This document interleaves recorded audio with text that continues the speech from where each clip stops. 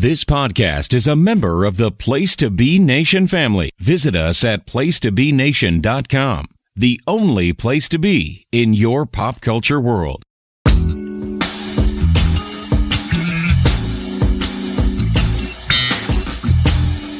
listening to the longest running, weekly, episodic comic book podcast in all Place to Be Nation. Broadcasting from the state-of-the-art L-shaped studios at beautiful and serene Ho-Ho Loon Plaza in Vancouver, British Columbia. Greg Phillips and Nick Duke are the Hard-Traveling Fanboys.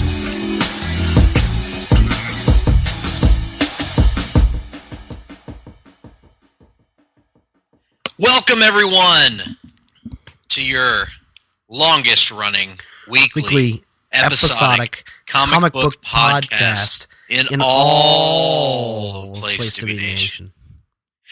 I am Greg Phillips. With me, as you can hear on the other end of this particular show, is Nick Duke. We are the Hard-Traveling Fanboys, and we are coming to you via your podcast downloading app of choice from Ho-Ho Loon Plaza. Beautiful and serene Ho-Ho Loon Plaza, I must remind you.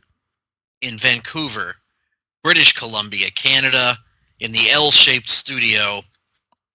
We're here to bring you another rousing edition of the Hard-Traveling Fanboys. And while last week both of us were under the weather, I will go ahead and give you warning that I am still under the weather, but we are powering through nonetheless with our exclusive HTF review of the number one movie in America, Justice League. Nick, how has your last 7 days been?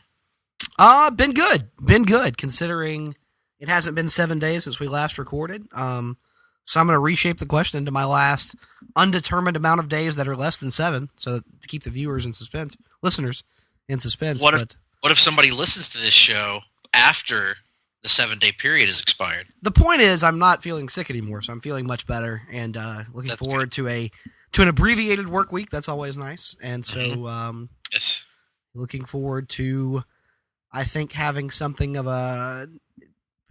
I don't really know what the conversation is going to be like, because I have a hard time imagining that this movie inspired any great amounts of passion in either of us. Well, nevertheless, let's quit lollygagging and pussyfooting around the subject, and let's get right to the. Is it pussyfooting the move you could do No. against other women on No Mercy back in the 64 days? Whenever you'd kick them and it would make a ding sound. The ding sound. Ding! That's just like every woman character on the game had the woman's shove. Will the opponent give with just one shove? You'd hear the ding sound, and then the crowd go, oh. Yeah. It was like it was a very strange piece of audio design back then. Yeah. But we're already wildly off topic. Wildly off topic. What is on topic is the release of the long-awaited, tentatively anticipated by the Hard-Traveling Fanboys anyway, Warner Brothers DC Comics film Justice League, which is the first DC film that we've seen since the overwhelming success of Wonder Woman, which has become the highest-grossing superhero origin film of all time. Which I don't think we've mentioned here on the show, but is a fact. Mm-hmm. And now, in the heels of that, we get Justice League, which is kind of an interesting production that we've documented in the rundown throughout the last year. Yeah. It was a Zack Snyder film. They started filming it probably foolishly before Batman v Superman had even released. They pretty much went straight from production on that into production on Justice League. And with the poor reception of BVS by critics and a lot of fans as well. I mean, let's be fair. And a lot of fans, but there's a lot of fans that are into it too. You're I mean, right. funny. It was panned by critics and very divisive amongst Divisive, amongst yes. the fans fan community. Or as I've heard in internet videos for the last week, divisive. Divisive. Perhaps we're saying it wrong. I don't know, but it's divisive to me. Maybe it's one of those short-lived, short-lived type things. It could be. It could be. But nevertheless, was a film that did not get a great, universally well-received film, and nor was Suicide Squad, which followed it, also suffered the same issues. Nor was Man of Steel, for that matter. Man of Steel, which predated it. Right. You created a situation where Warner Brothers felt the need to step in and make some changes. We also had Zack Snyder stepping away from the film when it was close to a finished product to go and deal with his own family issues. We also had some studio mandates thrown in, most likely, with regards to running time. We had Joss Whedon brought in to do significant rewrites and reshoots and additional footage. And it was I think it's fair to say it was a troubled production in some ways. Nevertheless, there had been some positive feelings in recent months about the output. There had been talk of that things were coming together pretty nicely and things of that nature. But again, I should make it clear, whenever there's an embargo on a review until the day the movie releases or the week the movie releases, it's usually, not always, but usually not the best sign that the studio has faith in the film. So, we'll see. They held the embargo pretty late with some of the reviews, and we saw some early buzz on Twitter that it was better than expected. We saw some early critic reviews that were not positive, and some that were positive, in fairness. It was very divisive, as you mentioned.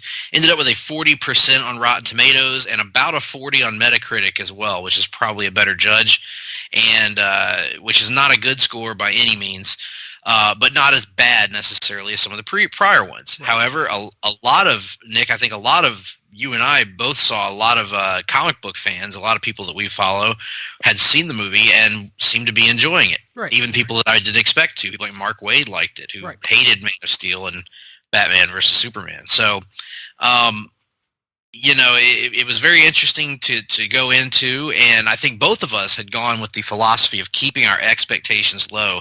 Were you able to...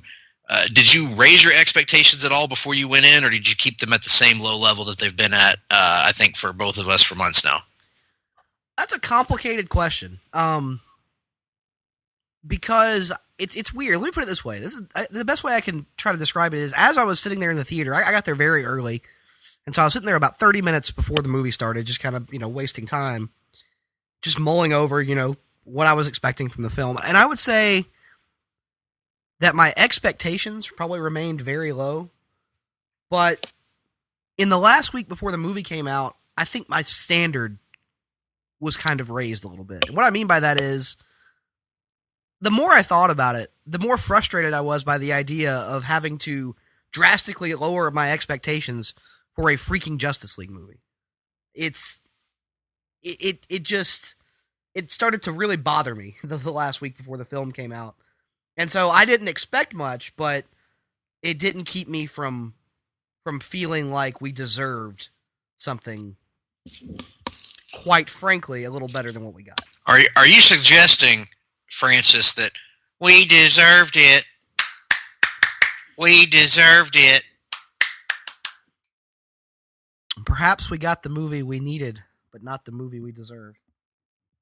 Well, I kept my expectations very low. I was not expecting to like the movie going into it.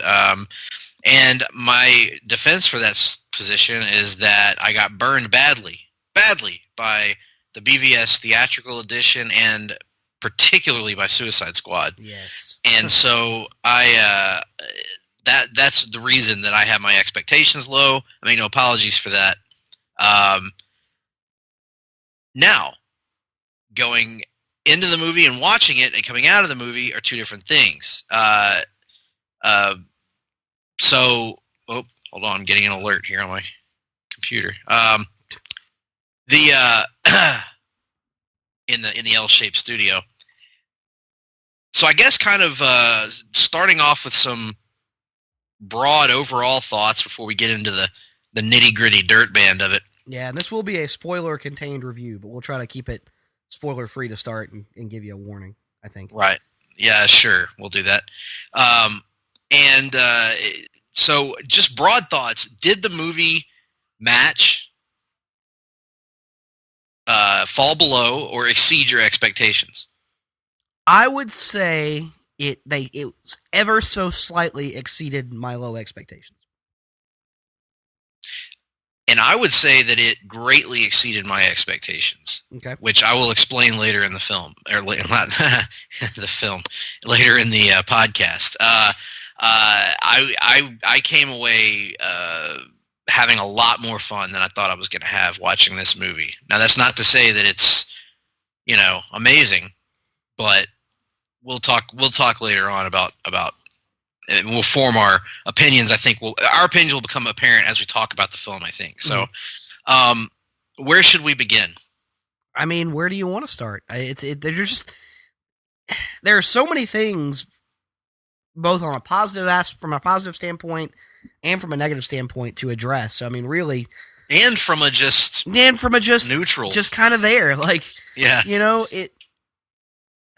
I don't know. Where do you want to start? I guess. So I guess the one thing to make clear about this movie, it is not a sequel to Wonder Woman. No. It is very loosely tied into Wonder Woman. It is a sequel directly to Batman v Superman. Yeah, they make some some vague references to Wonder Woman, to the plot of Wonder Woman, and to Steve Trevor gets name dropped a couple times. And they make reference to her kind of having been shutting herself off from the world after what happened in the events of Wonder Woman. So. I guess kind of it is somewhat of a sequel to Wonder Woman, but it's more accurately described as a sequel to Batman v Superman. I would right. Say. Yeah, it takes place certainly after the events of Wonder Woman, clearly. Yes, but it's much more contingent upon the events of BVS, right. And that in and of itself ties it into that it is directly picking up in the wake of the death of Superman. Right. And we've made our thoughts on that very well known by this point, that plot element. The basic premise of the film is there's not much to it. It's the Justice League has to come together to fight an alien invader named Steppenwolf, who's coming in to take over the Earth. She tried to take over millennia ago, but was beaten back by the hordes of various individuals, including Amazonians, Themyscirans, and some others that we'll mention in the spoilery portion of the show later on. So Steppenwolf has come back because Superman is dead. There's no Kryptonian around to protect the Earth, and hope seems to have been lost as people are more fearful now without Superman to protect them. Were they? That was the idea. But they stated it in the story, yes. They stated it, but the problem with that is, I would argue, the DC universe on film to this point hasn't been an overly hopeful place to begin with. So, no. What hope was really lost? Like, agree. They kept saying it over and over again, but just because you say something a lot doesn't make it true, So that was part of it that really rang hollow for me. I'm trying to tell this film responsible for the sins of movies that came before it, though. There was plenty I didn't like about First Avenger that I thought was great in Winter Soldier and, Civil War. So, yes, I agree with you completely. They never established the DCEU as a hopeful place, except in Wonder Woman, and they never established that. In my opinion, we've been. They never worked to establish that Superman was a figure that inspired universal hope. Right. Certainly, they established that he was seen as a god to some people, right. But he also was seen as a, almost an object demon of fear to others. Yeah. So, I agree with you on that. But in the film, that's the plot. The parademons feed on fear, they sense fear, and where there is fear gathering around the world, parademons are starting to show up and herald the return of Steppenwolf. So is that I'm not trying to be disruptive or anything, but is that the headcanon explanation for why Steppenwolf didn't show up sooner? Because, Yes. if he had timed his arrival 40 years earlier, there would have been no Superman then either. So why not just do it 40 years earlier? Yeah, I don't know. Okay. I don't know. The premise of the idea was that Steppenwolf had been in exile or what have you, and was seizing an opportunity with Superman gone. Right. Right, and that's I guess that was my thing. I mean, they show you in the film. This isn't really spoiler territory, but they show you that he had made this previous attack on Earth. And I think they state 5,000 years before, years ago, yeah, something like that. And so, any of those intervening 5,000 years practically wouldn't have had Superman around. So I kind of was like, that was another part where I didn't. Right, but they basically they beat him. They beat him and humiliated him, and he was forced into exile. And he spent the subsequent millennia building his forces, and I guess waiting on an opportunity where fear was particularly strong.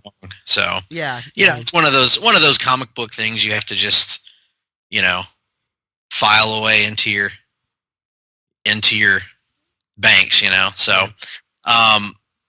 And also it took all that time for mankind got further and further fractured and all that stuff. Right, so right. Good point. Anyway, Steppy is coming back here to do his whatever it is he does, and which is primarily growl and make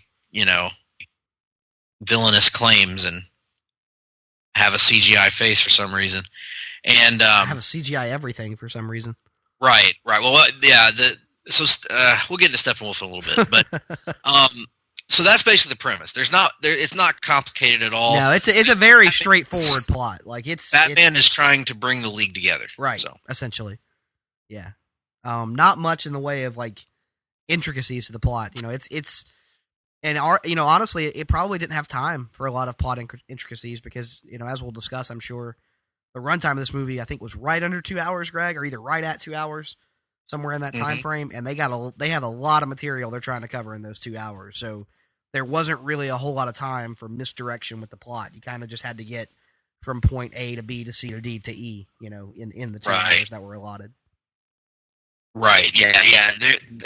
They didn't, and it's about as complex as the plot to the first Avengers movie. In some ways, it's very, very similar, and it takes a lot of inspiration as well from the Justice League origin story by Jeff Jones and the very difference being that Darkseid is replaced by the infinite less interesting character of Steppenwolf, right?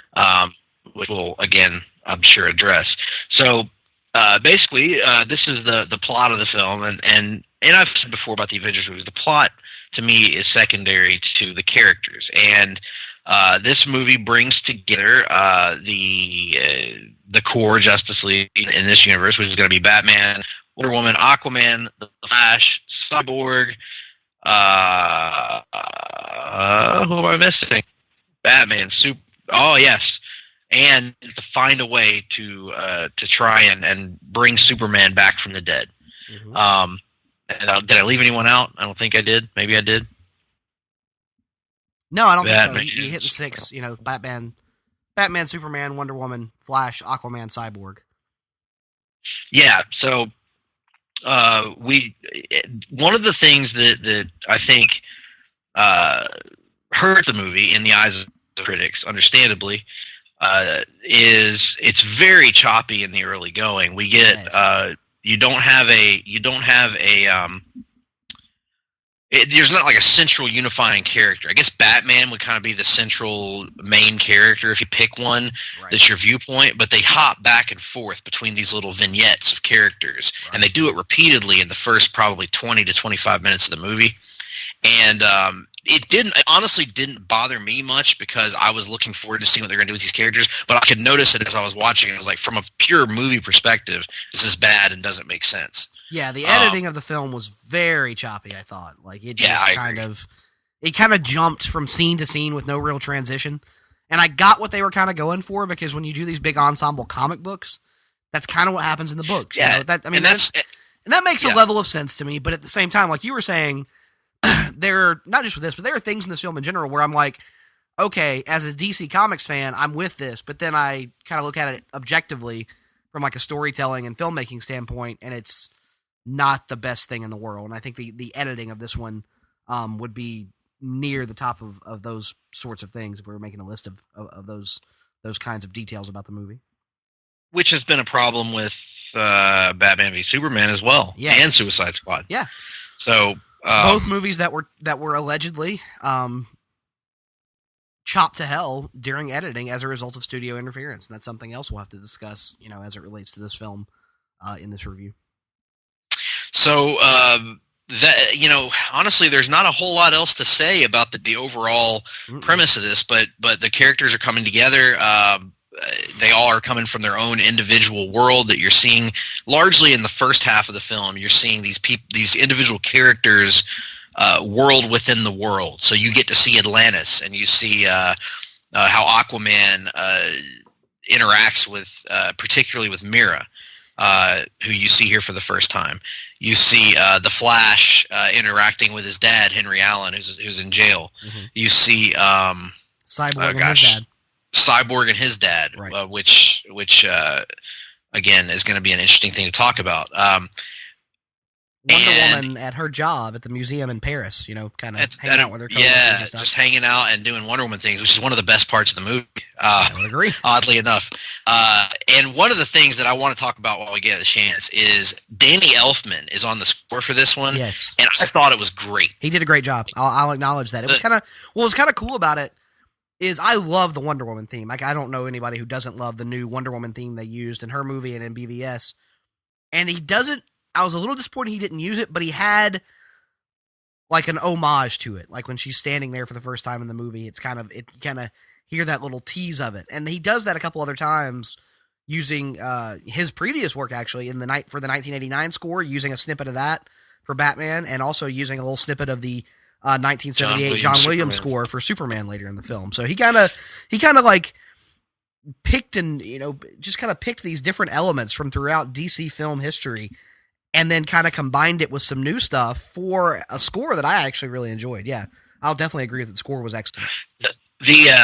My favorite usage of music in film is near the very beginning. There's a scene where these terrorists are walking into the museum to essentially blow it up, and the music that plays there is like right out of the '89 Batman movie. It's not the same music, but it's music that would fit in that world. Yeah. If that makes sense. Got kind of a kinetic, frantic pace to it. That almost like a cartoony kind of sound. Right. And it was just wonderful.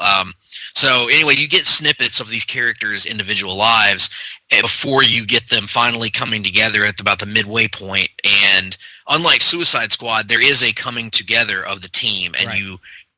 You really do get to see when this movie's at its best, when all of them are interacting with each other and starting to develop respect for one another and understand their roles in the team and everything like that.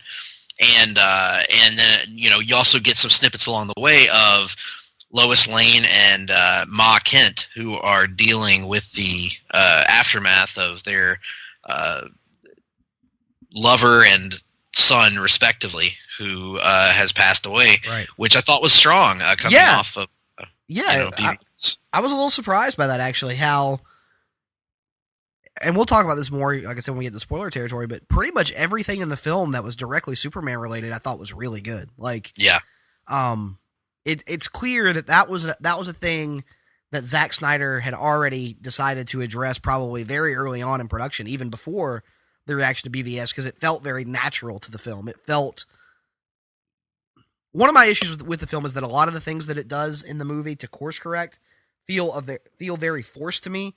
But I'll say that the Superman stuff didn't feel that way. It felt like a natural reaction to the events of BVS and to the direction a lot of these characters were going. I know some people I've read online are bothered by the direction that Lois takes before Superman's return in the film, arguing that she's not being very strong or being very Lois-like, but I kind of liked it. I thought it made sense, and I bought it. And I thought, like you said, all of her scenes with Diane Lane's Ma Kent were excellent. So, yeah, pretty much anything that had Superman or a Superman supporting character in it, I thought was really good. Yeah, I agree. I'm a huge Lois fan, and I had no issues with the way she was used here. The only, with the exception of one line.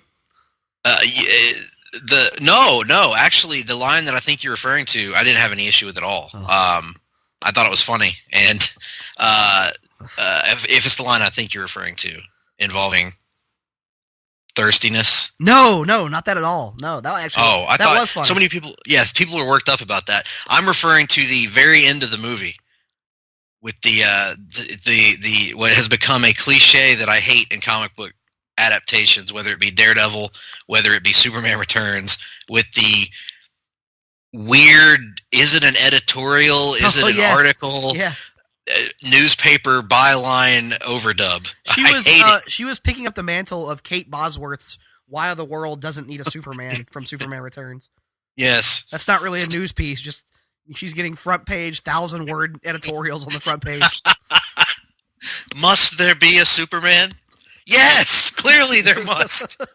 You idiot. God. She was going for that Pulitzer for opinion writing. Yes, Pulitzer. What was the line you were referring to? I'm curious now. The line in the cornfield. You smell good. I was like, what a stupid line. Like, he's been in the ground for 2 months. Why would he smell good? He should smell like dirt, not good. That was ridiculous. Oh, yeah, but he's just been dipped in the strawberry river that is yeah, he just came from the same water that got electrified and had Doomsday and General Zod's body in it and stuff. He should smell like a peach, yeah. But I enjoyed Lois in the film, and what little we got to see of Martha. I liked their interaction in Martha. That's the, as you know, that is the name of some of both Batman and Superman's mothers. It is their name. I enjoyed seeing her and enjoyed seeing the interactions with Lois. All the Superman stuff was great, and we'll get into that perhaps a little bit more in the spoiler territory. But I will say, to me, Justice League did a better job, a much better job than BVS did, of following through with where I thought Man of Steel was going with Superman's character. Right. This is the Superman we've been waiting on to see him be Superman, and that doesn't mean being corny, and that doesn't mean being irrelevant, and that doesn't mean being boring. That just means being Superman, being hopeful, being confident, and being that character that other characters can lean on and interact with and create a great dynamic. And I thought, by the way, this was Henry Cavill's best performance, at least as the grown-up Superman. I think his performance in Man of Steel was excellent. Yes. But this is his best job. That was his best Clark Kent. This was his best job as Superman, I think. Yeah, basically better than BVS is what you're saying. Yeah. I mean, and it was. Yeah, I would absolutely agree with that. Not there a ton, obviously for story-related reasons. But when he was there, he was very good. I enjoyed it. So yeah, Superman stuff was great. Since we've talked about kind of the plot being, just very perfunctory, perhaps what we need to talk about is maybe go character by character and talk about what worked and what didn't. Sure. Or we could go maybe, I guess, beat by beat, but that would be kind of too spoilerific, I think. No. And we'll get into some spoiler stuff towards the end. So we can go character by character, yeah. Yeah, so we mentioned Superman, all that stuff worked for us. So let's move on to kind of the linchpin character that ties everyone together. I wouldn't say the main character because it's pretty even split with him and Wonder Woman, but the character that kind of ties everything together in this one is Batman, right. And it brings Ben Affleck back to the role. And I know that this is one of the areas where we may diverge. What did you think of this Batman and the way that he evolved from the events of Batman v Superman? I actually liked it for the most part. I didn't love it, but I thought Affleck, even in the bits he was in Suicide Squad, pretty much since he's taken on the role, has been, for the most part, really good. I questioned some of the dialogue he was given, but I questioned some of the dialogue that practically everyone was given in this film. That's one of my biggest knocks on the film as a whole, is I thought there was just some really clunky and forced dialogue throughout. But when they were allowing Batman to be a version of Batman that felt like a continuation of BVS, just one step, evolved a little bit, like learning from his mistakes and being just a little bit more trusting and optimistic. I really liked it. I did not like it when they felt the need to constantly force him into one-liners. I thought that was... Listen, we all know that, like, one of the criticisms that was levied at BVS was that it was, quote, joyless and not fun and all these other terms. And so the response in this film was to ratchet up the quippiness and the one-liners. And there are definitely moments throughout where you could tell, hey, that feels like something that, was added during the Joss Whedon portion of production. And I thought Batman was one of the characters that probably had a lot of that added. Not to say they all fell flat for me. It just, after a while, it kind of felt at odds with, like, because you would have this portrayal of Batman as this very grim and stoic, trying to be the tough love of the team, and then a minute later he's making, dropping one-liners about, well, anal bleeding. And it just, it was one of those things. I don't know. Well, to be fair, Nick, doesn't that happen in the comics a lot too? It does happen in the comics a lot. I mean, serious characters drop one-liners all the time. But the comics also, have built up something of a consistency in portrayal, over the course of several issues. Whereas this, you just went from, like, arguably the darkest and most grim and paranoid on-screen Batman we had seen to this point in BVS. Then you have him here, and it felt like they were veering wildly at times. Most of the time, like I said, I really enjoyed it. It's just sometimes they would veer a little too much into the quippy one-liner stuff in a movie that you had so much of that going on already. There wasn't really a need to turn every character into a joke machine. See, I think where I disagree with you, I did enjoy Batman in this movie, and I think there were certainly lines that fell flat, which is true of every character in the movie, even Wonder Woman. But I think where I disagree with you is I found it kind of refreshing to have a version of Batman that would do this, and also, to me, it kept it from being where Batman would be viewed as the lame character because he has no sense of humor about himself. And I think there's room for the straight character in a group. I mean, see Mick Rory on Legends, but Mick gets a lot of one-liners on Legends too. And I kind of looked at it as, even Sarah is probably a better analog for Batman. And they give her plenty of one-liners to go with her serious, stoic demeanor. So I think for me it worked a little bit better than that. Like, for instance, one of my favorite lines in the movie was Batman saying, "Yeah, pretty sure something's bleeding." Actually, that was one of my least favorite lines in the movie. I loved it. I thought it was great. I hated it. I thought it was awful. Like that is not... Okay, here's what it reminded me of, Greg. I love The Dark Knight Rises. I love it. You know that. You and I both have a love of that film. That version of Batman, when Catwoman walks away on the rooftop and he talks to himself and goes, "So that's what that feels like." That's what it reminded me of. Like, it's just kind of cringeworthy to me. Like, it just didn't feel like anything that version of Batman would actually say. See, I loved it. I thought that it was something that exactly the comic book Batman would say. And because he's a person, like, he's not this robotic figure that he's been portrayed as so many times before. He's a more well-rounded person than the version that we saw in BVS. Right. And that's what I like to see, because underneath it all, despite his talks about how he's not human and all that stuff, he is still human. And I think having a Batman that embraces his humanity, which we've seen in Zack Snyder's comic book run as well, it's kind of refreshing to me. And so I enjoyed that aspect of it. I know, and I'm not saying that you can't do that. That's certainly a valid take. I think with me, a lot of this is, it felt at times like they made course corrections for the sake of course corrections and didn't want to take the time to actually develop the characters into that. You know what I mean? Like, he just showed up and was that at times, but then also being overly cynical. Like, I didn't feel like they had a good handle on what they wanted their Batman to really be. Like, they veered wildly, and that's one of the aspects. I mean, I guess at some point we'll have to discuss, the director situation, because there were definitely scenes in the movie where I went, that's a Zack Snyder scene, that's a Joss Whedon scene, and they felt not congruent with one another. Yeah, I can agree with that to a degree. But yeah, I thought agree to disagree on Batman to a degree. I think we both enjoyed him. Like, I'm not. I liked him. I liked him a lot. I would say of his jokes and one-liners, like, half of them probably hit for me. It's just that the half that didn't were Ooh, they were rough. they left bad taste in mouth for me. Fair enough. And so we move from Batman on to, while we're here on Batman, let's talk about Jeremy Irons, who stole every scene he was in. Yeah, Jeremy Irons was great, but he was great in BVS. Like, he was the thing I pointed to when people, like, I agree with a lot of the criticisms about BVS. It's certainly a flawed movie.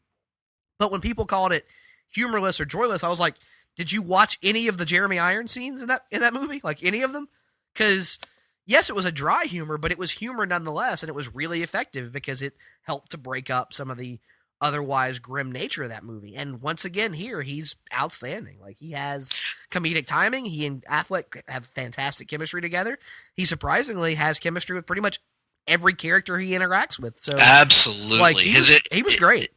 His interactions with Diana were really good, albeit limited. That's why I understand it probably won't happen, but I am hopeful that regardless of what happens with Affleck, they will keep the rest of the supporting cast they have established around him, because I think Jeremy Irons, Alfred, J.K. Simmons, Commissioner Gordon, I think there are some things there that you can work with.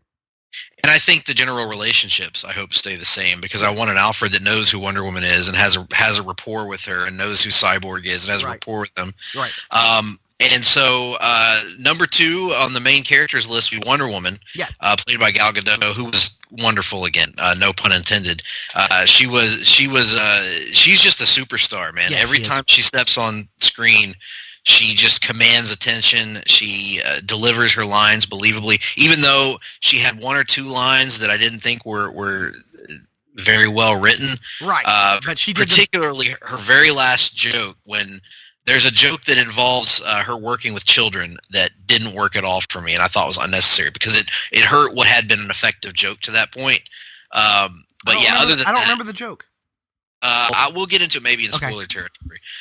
Just remind me to get back to it. But but Wonder Woman, I thought she was great. Even when she didn't have much to do, she was awesome. Yep. Everybody in this film has to, quite frankly, they have to execute the plays that are called in terms of the script. Like, there's only so much they can do, and everybody had some clunkers thrown their way. But I thought she did the best job of, working through it, delivering even the bad lines in the most effective way possible. I thought, from an action standpoint, she, for the most part, had pretty much the best moments of almost every action scene.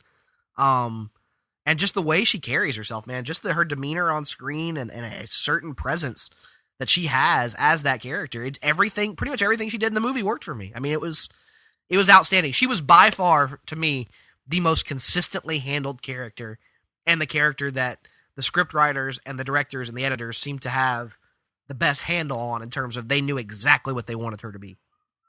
And even though it was almost a plot point, and by the end she decided to kind of assert herself a little bit more, it almost begged the question at times. I found myself asking, why isn't everyone just taking orders from her instead of Batman? Because, and I think she's an infinitely more inspirational character than anyone. And unlike with Superman, they've done the work to show her being inspiring. Right. So, and that's something we can talk about in the spoiler portion of the review. Yep. So Wonder Woman, great. That's a check mark there. So big thumbs up.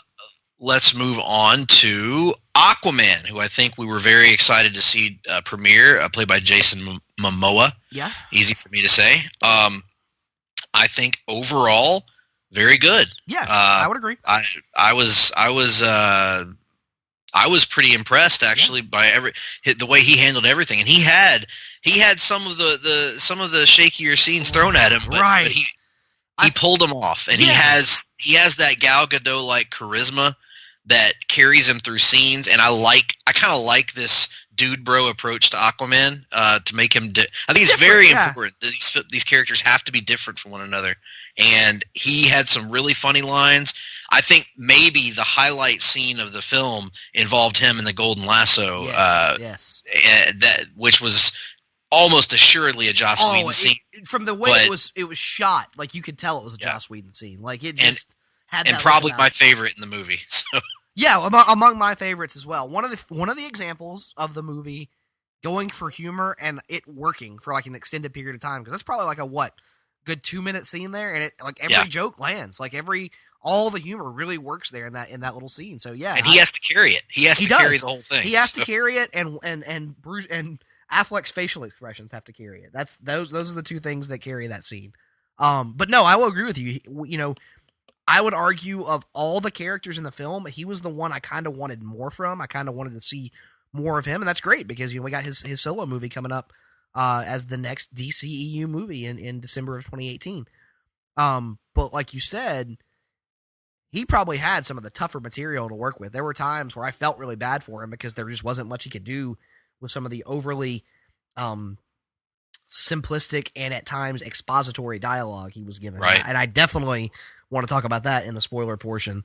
But, for the most part, he gave a good performance. He's got a presence. He's got a charisma about him, and I'm intrigued to see more of him. So while not, absolutely perfect, I thought the film mostly got Aquaman right. So thumbs up there. Yeah. What did you think of the underwater sequences?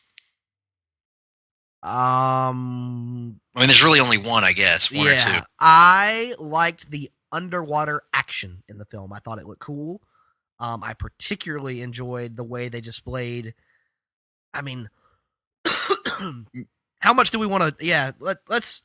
Can we table that one for now? We'll table the underwater stuff because there's some stuff they're going to have to figure out for Aquaman in terms of dialogue that how speech is done underwater. Yes. We'll talk about later on. Mira. We should mention Mira while we're here. Yes. First time we've gotten to ever see Mira on screen, yes. And I'm intrigued to see more. I am intrigued to see more as well. I thought particularly, and this isn't that much of a spoiler because she's in the film and you do get to see her use her powers. I thought the way they illustrated that on screen was really, really good.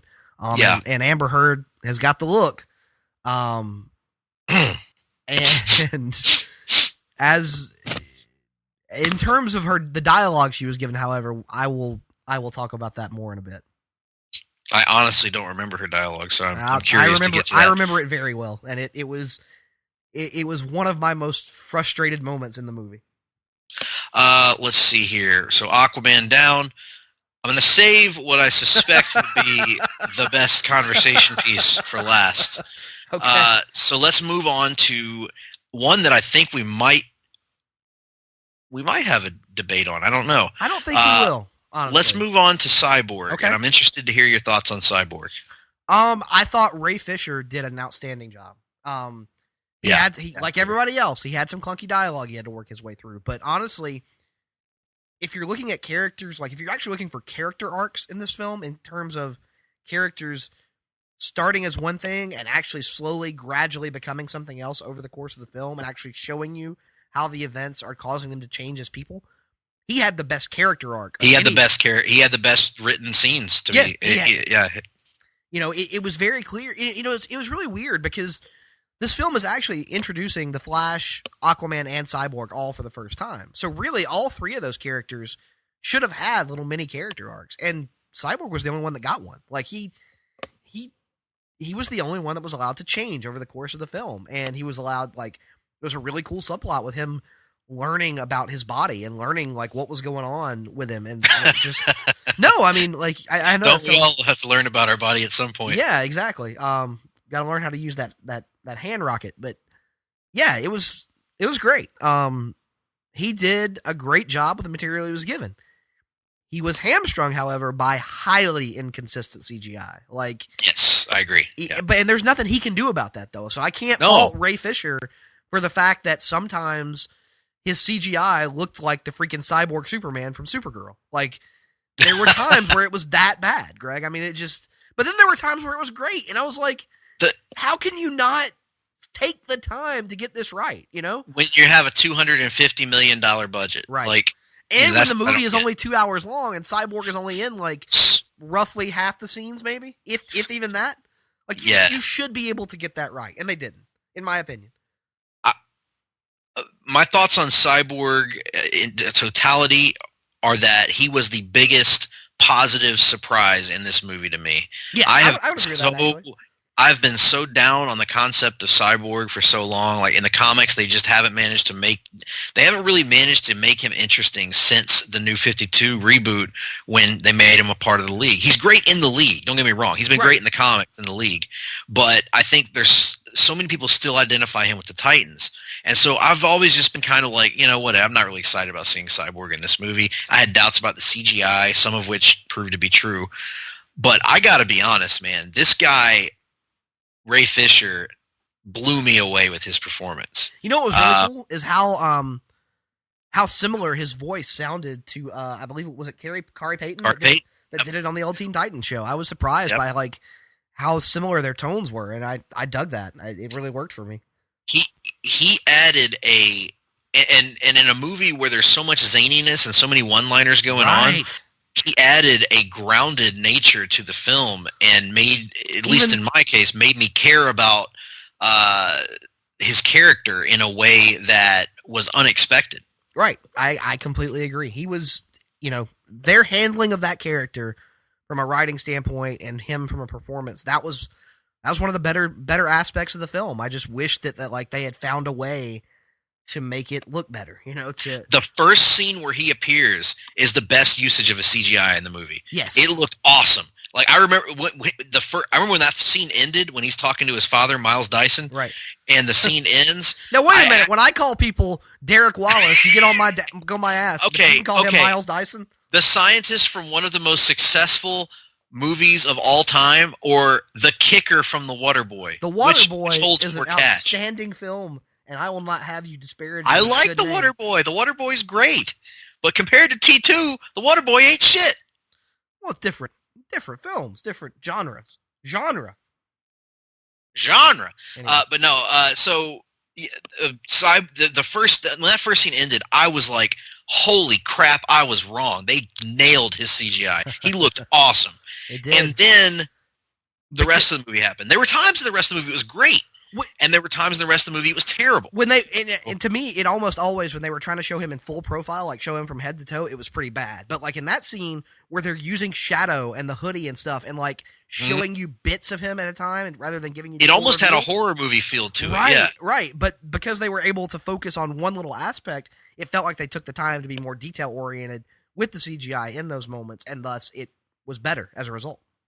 And I liked I liked some of the scenes when he was just hanging out with the gang, like on the ship and stuff like that. And even one or two of the action scenes, like in the tunnel, I thought he looked fine for the most part. But at certain points, it just looked awful. And there's really no excuse for that if you're going to do if you're going to have a character like Cyborg, you're going to have heavy CGI, and you have to come prepared. But Ray Fisher was awesome, and honestly, as far as just this individual movie goes, he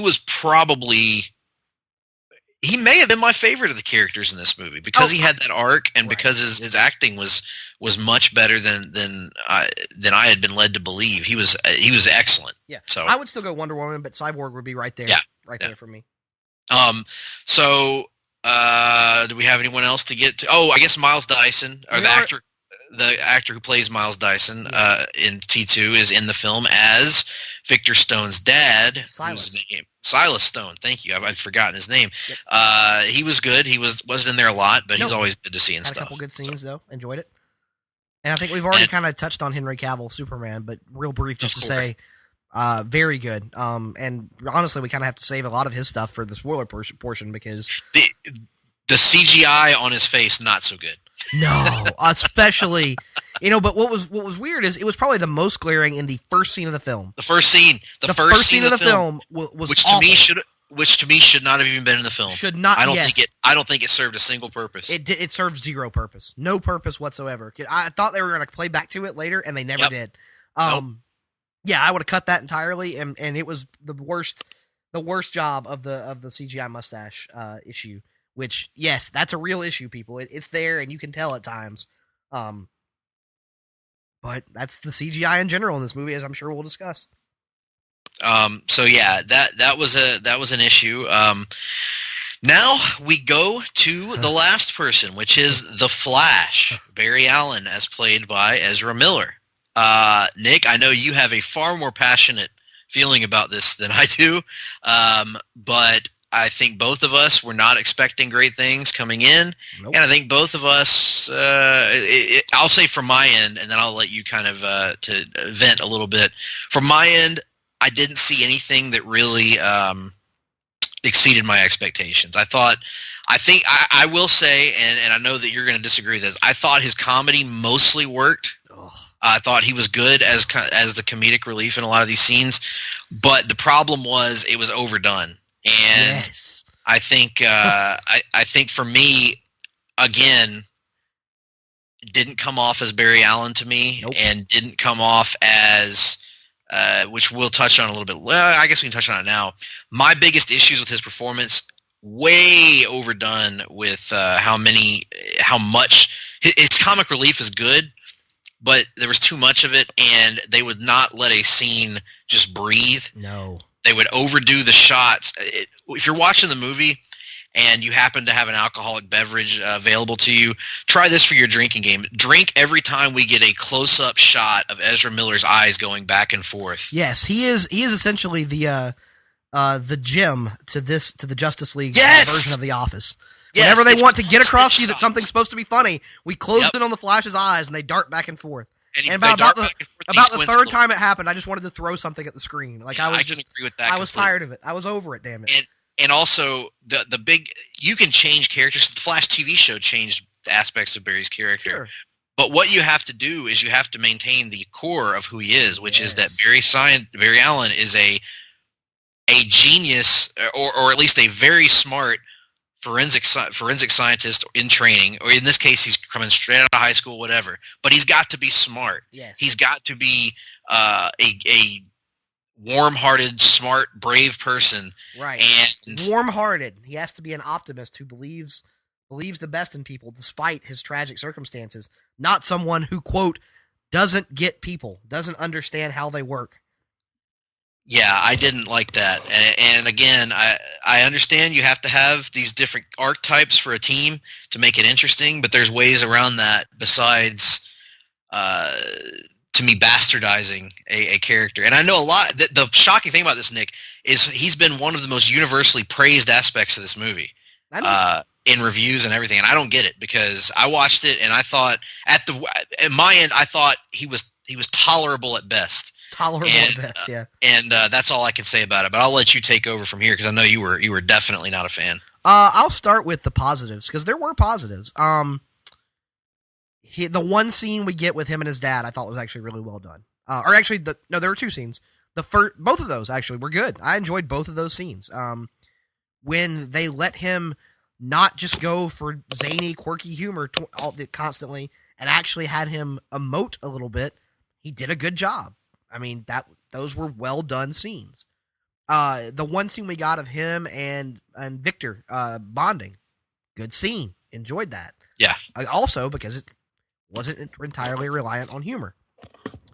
From a CGI standpoint, one of the few high points in the movie, I thought the way they portrayed his powers was excellent. I dug the lightning effects whenever those popped up. I dug the slow motion bullet time effects whenever he was moving around in slow motion. So, I mean, the special effects for him were great.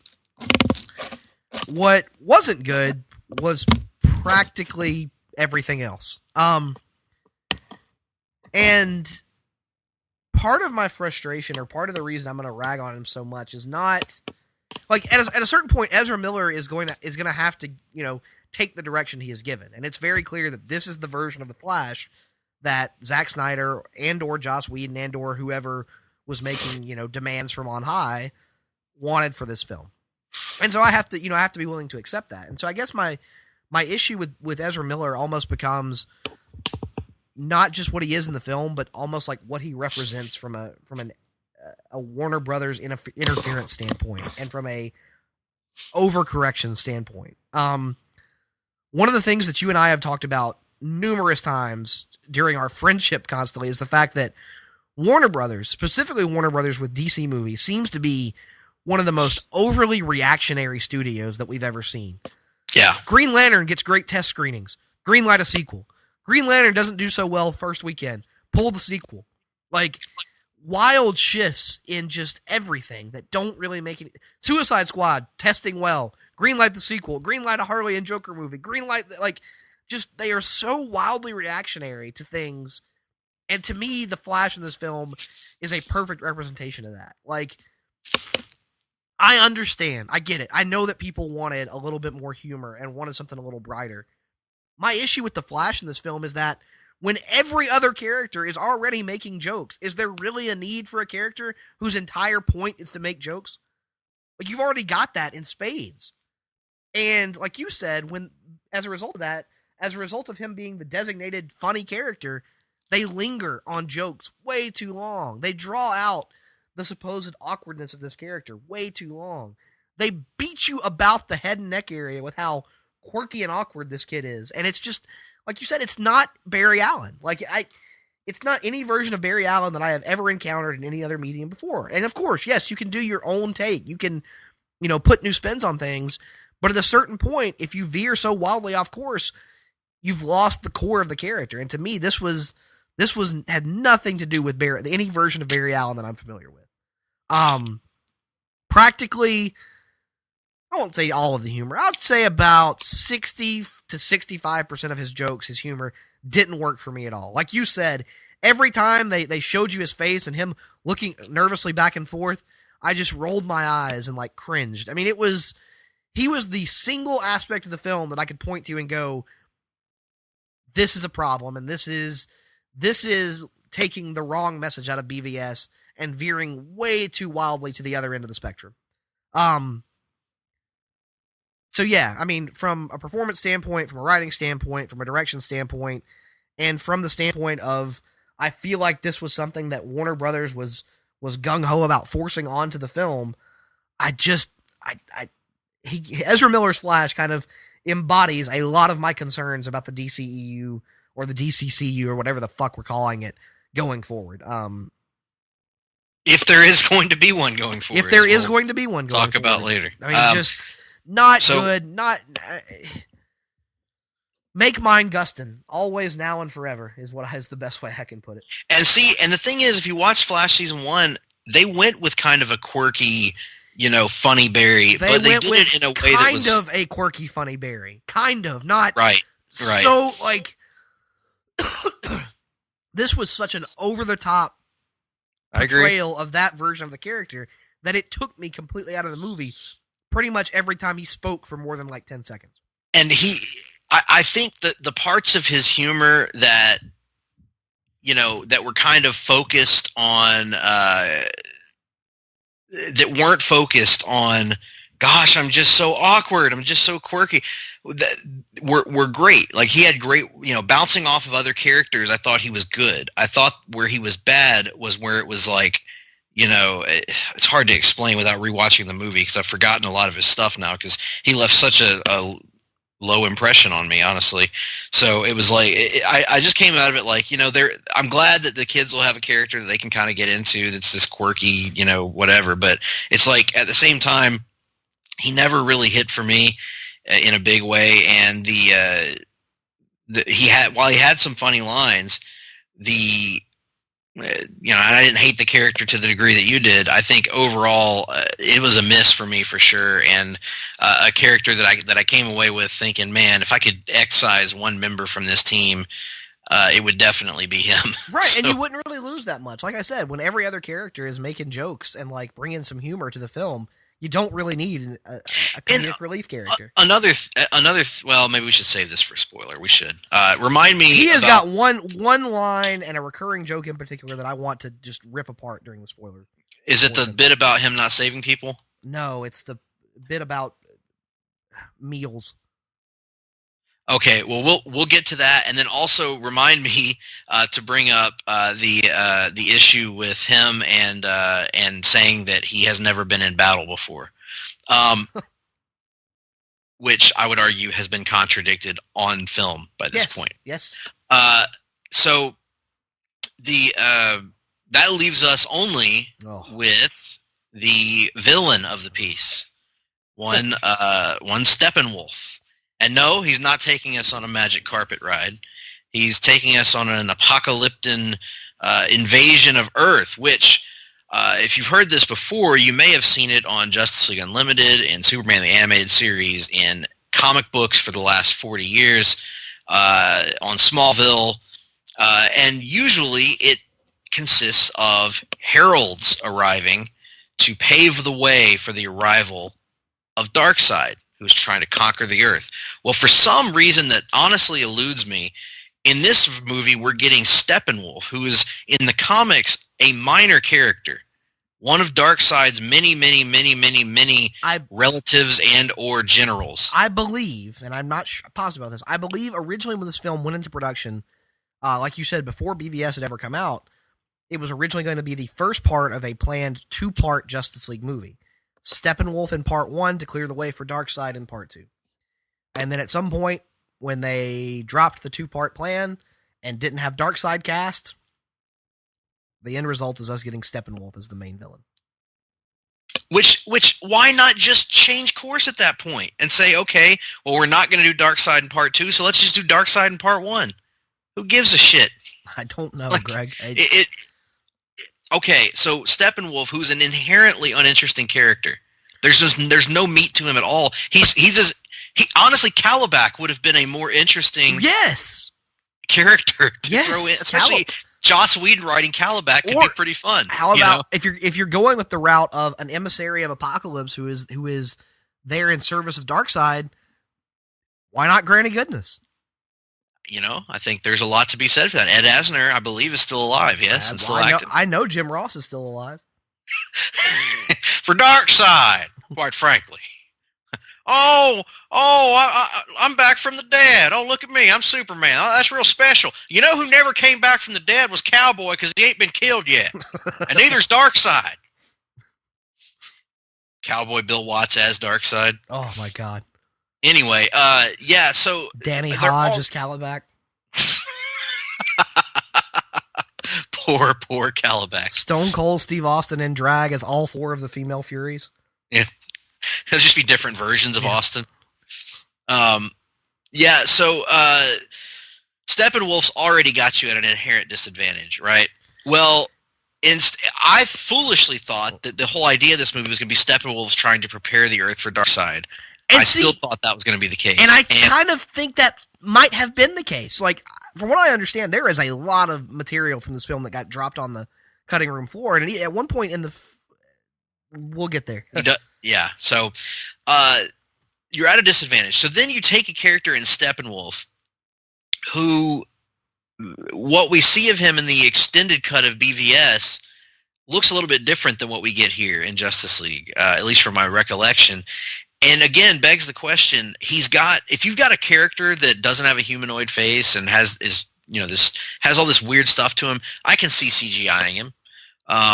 But here's the weird thing about Steppenwolf is they gave him a basic humanoid face under a helmet, and they still decided to CGI the entire thing. Yep. And it creates a fake-looking creature, in my opinion.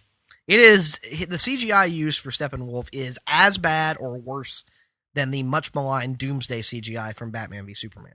It reminds me of at times, not all the time, but at times it reminded me of the World of Warcraft movie trailers. You know who it reminded me a lot of? The Abomination from The Incredible Hulk. A little bit, yeah. And again, I think it's a little bit evolved beyond that. Which, by the way, was 10 years ago. Right. For the record. But again, he had a humanoid face, and I kept thinking, why not at least just do some sort of technique to allow you to... I mean, we just saw a CGI Hulk that looked really good. In Thor Ragnarok. And from what I understand, I think the character was actually technically performed via motion capture. It was just not very effective motion capture. No, not effective at all. And honestly, they could have easily just done Steppenwolf the way that Ragnarok did Hela, who has a big helmet and has a kind of distorted face, but they used the human to perform it. They could have easily done that with Steppenwolf, but it just didn't. It didn't hit with me at all. The character was boring. I was about to say, but even if they had gotten the CGI right, it wouldn't have fixed the bland, generic character. I mean, and to a degree, I think that's okay for an origin movie because the focus should be on the hero, and you don't want the villain to steal the movie or whatever. But you gotta bring something more than Steppenwolf. Yeah, and you gotta there has to be more of an appeal to it than just wanting to see the league get together. To draw the closest comparison, which I mean, fairly or unfairly, this movie is most often going to be probably compared to the Avengers, right? Right. And by the time they got there, you wanted to see the Avengers give Beat Loki the hell out of Loki. Yep. And when the Hulk does so, it's one of the most like laugh out loud, cathartic, earned moments in that film because you cared. And you never care about Steppenwolf in this film. So when no, I mean, it's cool to see him get beaten near the end. I mean, no spoilers there. Big surprise, the heroes win. But you didn't really care so much that Steppenwolf had been beaten so much as you did that the League had won. If the Justice League had lost to Steppenwolf, every executive Warner Brothers should have been fired. Yes. Good God. Honestly, it feels like Superman could have beaten Steppenwolf on his own. Yeah, then the spoiler person we're talking about that, but it seemed like Superman was just kind of screwing around in that last battle, like not taking things seriously. Yes. Although it did give him a pretty good line, but we'll get to that in a minute. The Steppenwolf is just god awful. I mean, there's just no getting around it. As maybe just a hair above Doomsday and BVS for me, as in terms of CGI or in terms of just in characterization. Even. Yeah. This was, he wasn't obnoxious to the degree that Eisenlex was for me, but he was just boring. He was unforgivably boring. I'll put it this way: this is Ronan the Accuser level bad for me. Like, yeah, and again, to me, because Ronan the Accuser wasn't CGI, I might even go Ronan the Accuser over Steppenwolf. And I know it sounds like I'm letting Nick wear off on me a little bit as I'm harping on how bad Steppenwolf was, but it didn't affect my enjoyment of the movie that much. I still really enjoyed the movie, but there's no denying how bad. I can't see anyone defending Steppenwolf as a character. Yeah. In any iteration, really. I mean, he's fine in the comics, I guess, but he's not important. If Steppenwolf shows up, okay, more important people are showing up down the line. And it's going to be especially frustrating because I have severe doubts as to whether they're actually going to do Darkseid now or not. I do too. I don't know that we're going to get Darkseid. The result is going to be we got to see the Justice League fight freaking Steppenwolf, and we're not going to get Darkseid. It's just the most ridiculous thing. It's just fucking stupid. And if they ever do Darkseid at some point, who will probably look like doo-doo because of the CGI they'll use on him, it's going to come off looking like a ripoff of Thanos, even though it's the other way around. Yes, I'm aware of that. Reality. But this is the world we live in because this is the reality of what's become of the Warner Brothers handling of these pictures over the last several decades. So.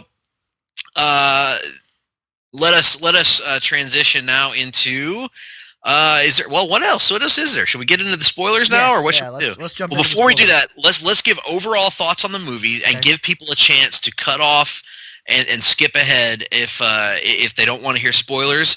We will be giving spoilers. So overall thought on the movie. We've talked a little bit at the beginning, but kind of summarizing your thoughts, Nick. We talked a lot more, or at least I did. A lot more thus far about what I didn't like as opposed to what I did like. And I think now is an appropriate time to point out there are a lot of things in this film that I like. I think for the most part, any of the non-Flash related character interactions really work for me. And even the Flash interacting with Cyborg I thought was cool. The handling of Superman in this film. We'll discuss his return and how it was handled, but just the general approach to the character and his supporting cast really worked.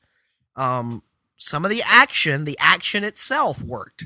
The surroundings of that action and the overly CGI'd nature of the green screen.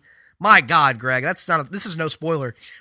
Anybody who criticizes the Star Wars prequels for their use of green screen and doesn't criticize the closing sequence of Justice League is one of the most inconsistent people on the face of this planet. The green screen usage in the back half of this film is atrocious. It is god awful. It takes you out of the film.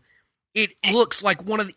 It makes in particular a scene almost at the end of the movie when Batman, Superman, and Wonder Woman are I think it's the three of them are standing up on like a hill. Maybe there's another character there too, and there's like these weird like sparkles in the air, and the red skies are starting to part just a little bit. It looks so fake. It looks bad, and that's one thing I do not understand how someone who has such a great action movie pedigree as Zack Snyder continues to make movies that look so fake. Like,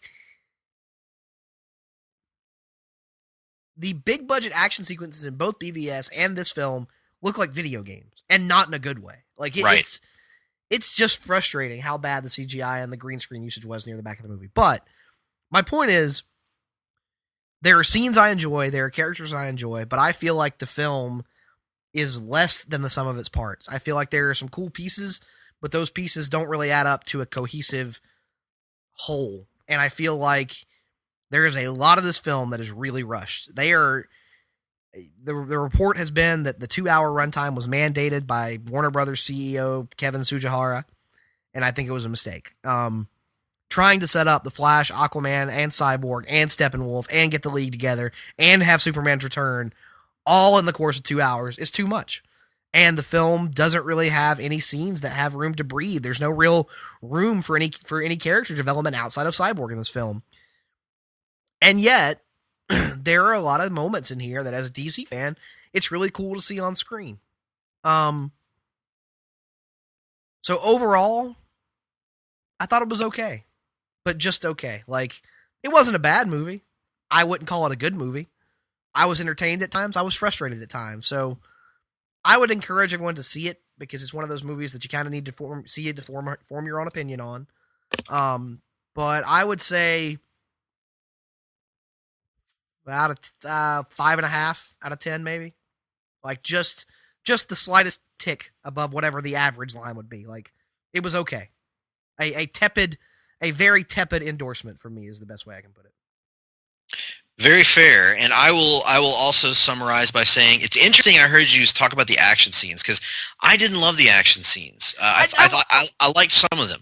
Right, I wouldn't say that I love them. I just the issue that I had with several of the action scenes is the same issue I had with many of the action scenes in BVS, which is I had a hard time telling what was going on a lot of the time. Too much CGI, or not just too much CGI, but too much not greatly done CGI to me. Like, where there's a scene where Batman's in the Batmobile and he's firing, or some sort of vehicle he had, and he's firing weapons, and he's just turning and twisting, and there's built walls falling, and there's people going all over the place. I could not tell exactly what the sequence of events was, what was going on, who was fighting who. Cyborg looked like the parademons to me in the scene, and I was just like, too much of that. But my overall thoughts on the movie, very pleasantly surprised by it. I enjoyed it. I honestly feel that if there are some people that are just going to hate this movie, no doubt about it, but I think you should go watch it. If you're a hardcore DC Comics fan, I genuinely think you'll enjoy yourself, because I was not expecting to enjoy myself, and did. Don't go in expecting great, because it's not great. But I think if you go in just wanting to be entertained and wanting to see some of your, well, not really wanting to be, everybody wants to be entertained. But if you go in just wanting to see what they do and willing to go along for the ride, I think you'll enjoy yourself like I did, seeing some of these characters interact, seeing to me, a better and more interesting version of Superman than we got before, and a better and more interesting version of Batman to a degree than we got before. And certainly seeing Wonder Woman again, seeing Cyborg. I think you'll be happy. Maybe you won't even share our opinions about The Flash, but I think you'll at least be happy to see the trinity of Batman, Superman, and Wonder Woman, to see Cyborg, and to see Aquaman, and to see some fun superheroics. So I would give it, out of 10, I'm going to go 6.5 out of 10 for me, which is not a great rating, but well above average to me. I think it's an above average superhero movie, and to me, I'd slot it behind Wonder Woman and Man of Steel as probably the third best DCEU movie. Low bar, but a bar that exceeds. If that's the exercise we're doing, there's a very important question that has to be asked. Are you counting the ultimate cut? Are you counting the ultimate cut? I was counting the theatrical. Okay, but if you count the ultimate cut, and I am being honest, if you count the ultimate cut, it's not even close to me. I think the ultimate cut of BVS is a much better film than this. Much better.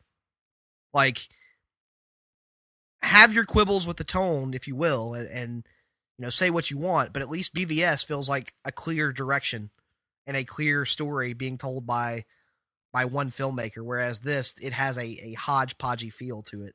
A Danny hodgepodgey feel to it, to me. So if you're including the ultimate cut, I think it's, for me, controversially, and I know this is controversial, I would go Man of Steel, still undisputed king for me. Wonder Woman 2, BVS Ultimate Cut at 3, this at 4, and Suicide Squad at 5.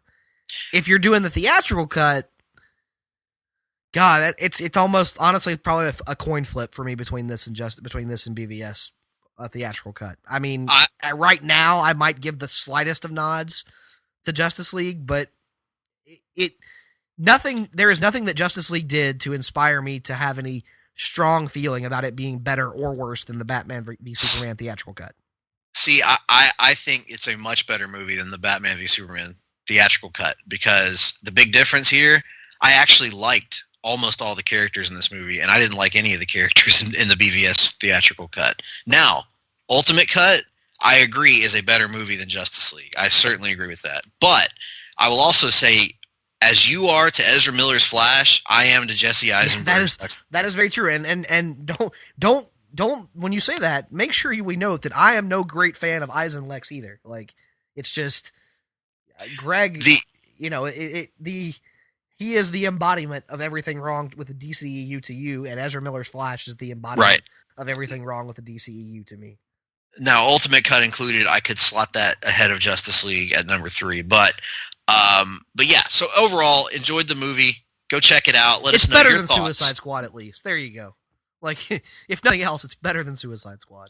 Certainly, yeah, and I think you'll like it more than Nick does, but check it out and let us know your thoughts. Yeah. So after these messages, we'll be right back.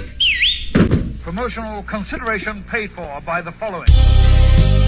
Hey, pro wrestling announcer Kevin Kelly here. I want to make sure you are all subscribed to all the great feeds here at Place to Be Nation. It's really easy to do. Just head to iTunes or your preferred podcatcher app today and search and subscribe to the Place to Be Nation wrestling feed, which, of course, includes the full archives of the Kevin Kelly Show, the Place to Be Nation pod feed, and the Pro Wrestling Only feed. Subscribe, listen, and then rate us and leave feedback today. And be sure to give Justin your true thoughts. I mean, don't hold back. After all, he is kind of a jerk. Just listen to Scott.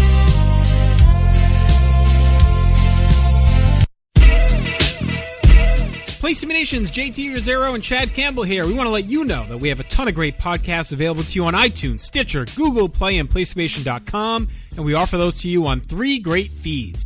On the Place to Be Nation wrestling feed, we bring you the Mothership, the original Place to Be podcast, as well as Main Event, Lucha Afterground, and our monthly pay-per-view reaction shows, as well as the Our Vantage Point podcast and Jeff Learns Wrestling. In addition to these full-length shows, we also deliver quick-hit pod blasts on topics old and new. Over on the Pro Wrestling Only feed, we dive deep inside the wrestling business with a stacked army of experts leading the way. The feed features potpourri shows such as This Week in Wrestling, Greetings from Allentown, Psychology is Dead, Puro Potpourri, Stacy and Elliot's Bogus Journey, and the Military Industrial Suplex. We also have shows that focus intently on certain topics like Letters from Center Stage, Space City, and NWA Classics on Demand Adventure, Through the Years, Strong Style History, Strong Style Story, and Mount Olympus. Plus, the feed has the full archives of legendary shows like Titans of Wrestling, Where the Big Boys Play, Letters from Kayfabe, and much more. And on our popular Place to Be Nation Pop podcast feed, we offer such great shows as the Glenn Butler Podcast Hour Spectacular, Rank and File, PTBN Dadcast, Go Home in a Box, NBA Team, and Lucha Undead, as well as a veritable podcast heaven for comics fans with the Hard-Traveling Fanboys, Sellers Points, Todd Weber's Conversation, Geek and Sassy, and Imaginary Stories podcasts. You can find all of these current shows plus archives of our past podcasts, including The Kevin Kelly Show, as well by subscribing to all of our feeds on iTunes, and while there, be sure to rate and leave feedback as well. All of these shows, plus others, available on PlaceToBeNation.com, where we cover pro wrestling, sports, movies, comics, plus in-depth stretch projects and more. Be sure to support our site by using PlaceToBeNation.com/Amazon when shopping online, and download our free PTB Vintage Vault Refresh ebooks via the links on our site. We also want to thank our friends at Bonehead's Wing Bar in West Warwick, Rhode Island, and Fall River, Massachusetts, TheHistoryOfWrestling.com, and Scott Keats' Blog of Doom. Be sure to follow us on Facebook, Twitter, Instagram, and Tumblr as well. PlaceToBeNation.com, the only place to be in your pop culture world. Now back to the show. on Nick. We're going to get into spoiler territory now, so feel free to pause the podcast or skip ahead. I don't know exactly what the timestamps will be. We'll try to work that in. Yeah. But in all honesty, we'll probably forget. So if you cut off the podcast now, we understand. Yeah. But let's get into spoiler territory. Nick, where do you want to start? Okay, so we had a few things that we tabled that we need to circle back around to before we forget. You had a Wonder Woman line that you wanted to bring up. Yes. About okay. Kids or something that I guess I completely missed it. The very last bit where they defeat Steppenwolf, which is a good scene. They beat Steppenwolf. Superman and Cyborg. Before it starts, Superman says, will we be able to handle this if we separated them or whatever? And he says, yeah, we will. I think so. And he goes, I hope you're right, because I really like being alive. And so they have this big explosion. They fall down, and Superman has what I thought was a really great line where he's like, I changed my mind. I think I'd rather be dead. That was a great line. And that was a great line. It was funny. And then they cut to Wonder Woman. Everybody was laughing in the theater, and they cut to Wonder Woman, and she goes, children. I'm working with children. Which is not bad, really, but to me, I hated it because to me it killed the joke was there. You didn't need to establish that it was a joke, if that makes sense. Yeah. I think I took that as more of a reaction to like the fact that I think if I remember correctly, didn't like the entire team like start like laughing awkwardly at that point. And so I think I took it not so much as a reaction to the joke itself, but as a reaction to like this team that has just been through this near-death experience sitting there giggling. Like yeah, that's how I took it. But I can see how that could bother you potentially. Okay, what's up? What's next? Good God, the brunch line from The Flash. Good fucking Lord, dude.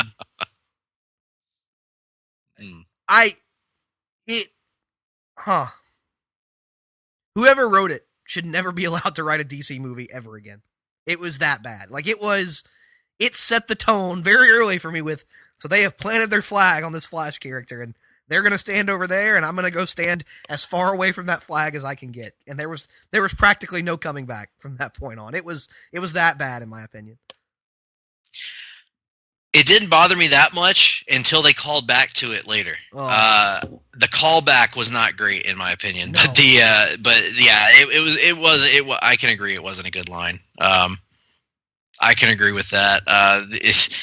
Again, to me, the most annoying part about the Flash was the constant shifty eyes. And okay, here's another one we mentioned earlier that we tabled regarding Flash. While we're talking about him, they make a big point about him freezing up in the heat of battle, and he says, "I've never been in battle before. I just kind of push people out of the way." Which, great. Except we've seen him in battle. Literally, we've seen him. He went in Suicide Squad.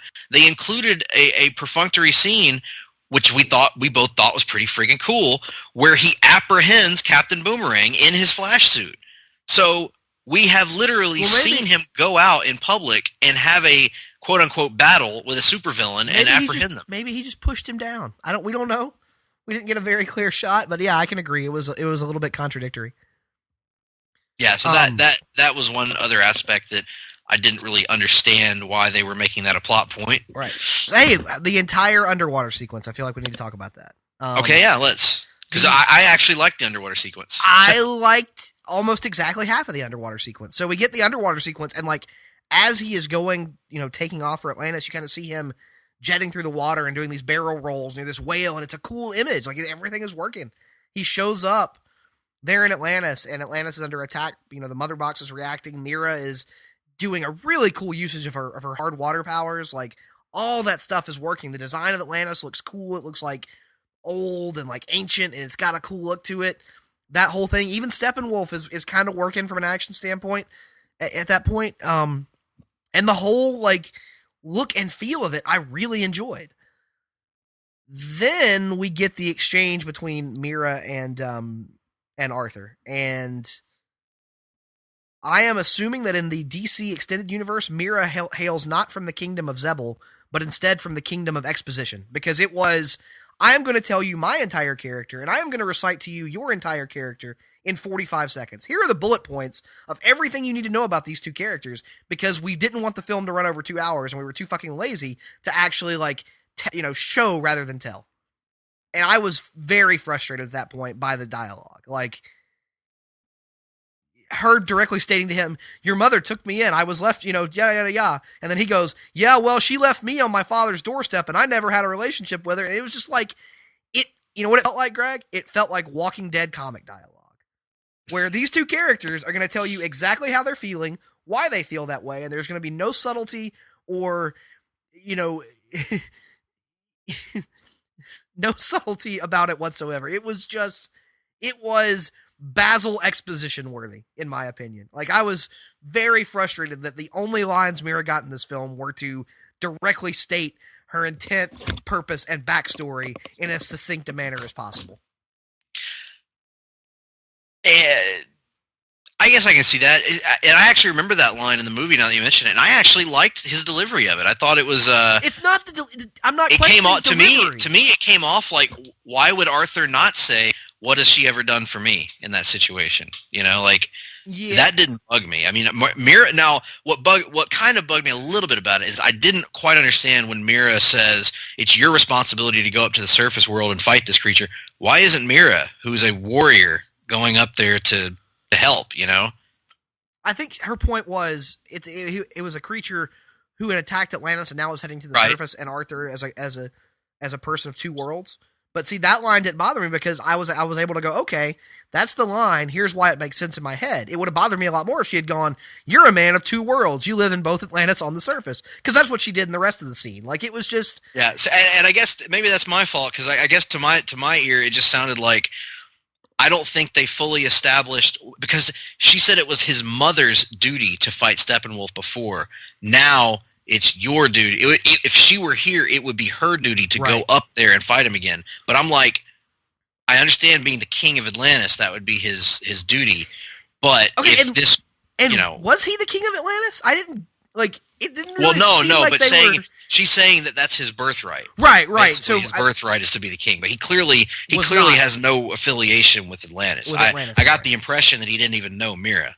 Yeah, they definitely didn't know each other, as judging by the fact that they had to introduce herself, tell him her entire life story in 30 seconds. Right. But yeah, it was exposition heavy for sure. And that was very add another scene. I would also ask that has there ever been a superhero movie that isn't exposition heavy? No, they certainly are, Greg, but the problem is when Mira's only dialogue in the film is to give some of the most obvious expository dialogue in the film, it's frustrating. Like, the one thing I hate about this review is that we're focusing so much on the negative, but I'm going to bring up another negative scene that I didn't like, that you did like actually, which is the Henry Allen scenes. The reasons the last one was better to me, but the reason that first scene didn't, and I'd have to go back and rewatch season 1 of The Flash. Right. Did it not feel beat for beat the exact same as what we saw in season 1 of The Flash? And to me, it was much more emotionally heartfelt and impactful, and I would even say better written on season 1 of The Flash, because I'd seen it before. But you know what? I absolutely agree with you. It was beat for beat, just like season 1 of the television show of The Flash, which is probably why I enjoyed those scenes better than any other Flash scene in the movie. Like, that's a great point. I mean, just felt like I've been there and done that. This scene didn't give me any extra information But to that point, do you remember, I don't know if it was like 6 to 8 months ago, maybe even a year ago, do you remember when that leaked synopsis of the Flash movie, that script that was bouncing around, came out?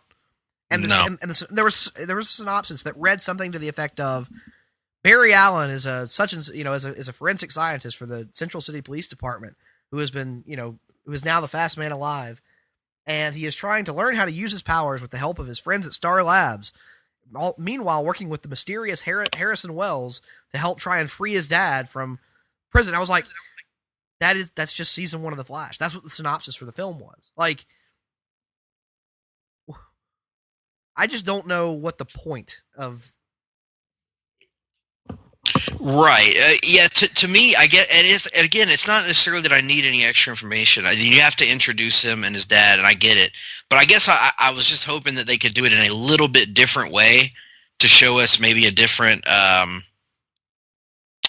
angle on that, I guess. Yeah. But especially if you're going so wildly different with his character anyway, I don't know. But that scene didn't work for me, really. I ended up just not caring, and I was like, all right, let's move on. Yeah, and I guess that scene worked for me because it was different than all the other Flash scenes in the movie. Like, true, it was him actually, trying to relate to a person rather than be quippy or quirky or whatever it was he was going to be in the rest of the film. So, the Mira bit, like I said, the whole Mira Arthur exchange, like, just read to me like, it was like they were reading from a Cliff's Notes version of the Mira Aquaman dynamic. It was basically Aquaman for dummies. In 45 seconds is what it felt like. There was something else we parked, but I can't remember what it was. I guess we should talk about the Superman resurrection, which I know was a point of interest for a lot of people. A lot of people were interested to see how they were going to handle that. Yeah. So basically, everything Superman in this movie is great. The one thing I will criticize is it's extremely rushed, his return from the dead. Basically, Batman convinces the team, except for Wonder Woman, to go and dig up Clark's corpse from Smallville and drag it into the leftovers of the Kryptonian ship from Man of Steel, which we saw in BVS had some weird fluid running through it. They dip Superman in the fluid, and they use a mother box along with a charge from the Flash to bring Superman back to life, and which is all well and good, except that it's so fast, it's so rushed through. So I guess the only missing ingredient that would have turned Superman into another Doomsday was some blood from Lex Luthor. Like, that would have, because it's pretty much the same thing Lex Luthor did with General Zod's body, right? Yeah. Dumped him in the water, turned the electricity on, boom, you got a Doomsday out of it. And also, one aspect of that scene that was a little frustrating, though, in addition to the rush nature of it, this entire movie is built, the whole plot is built around, we have to protect these 3 mother boxes and keep Steppenwolf from getting them.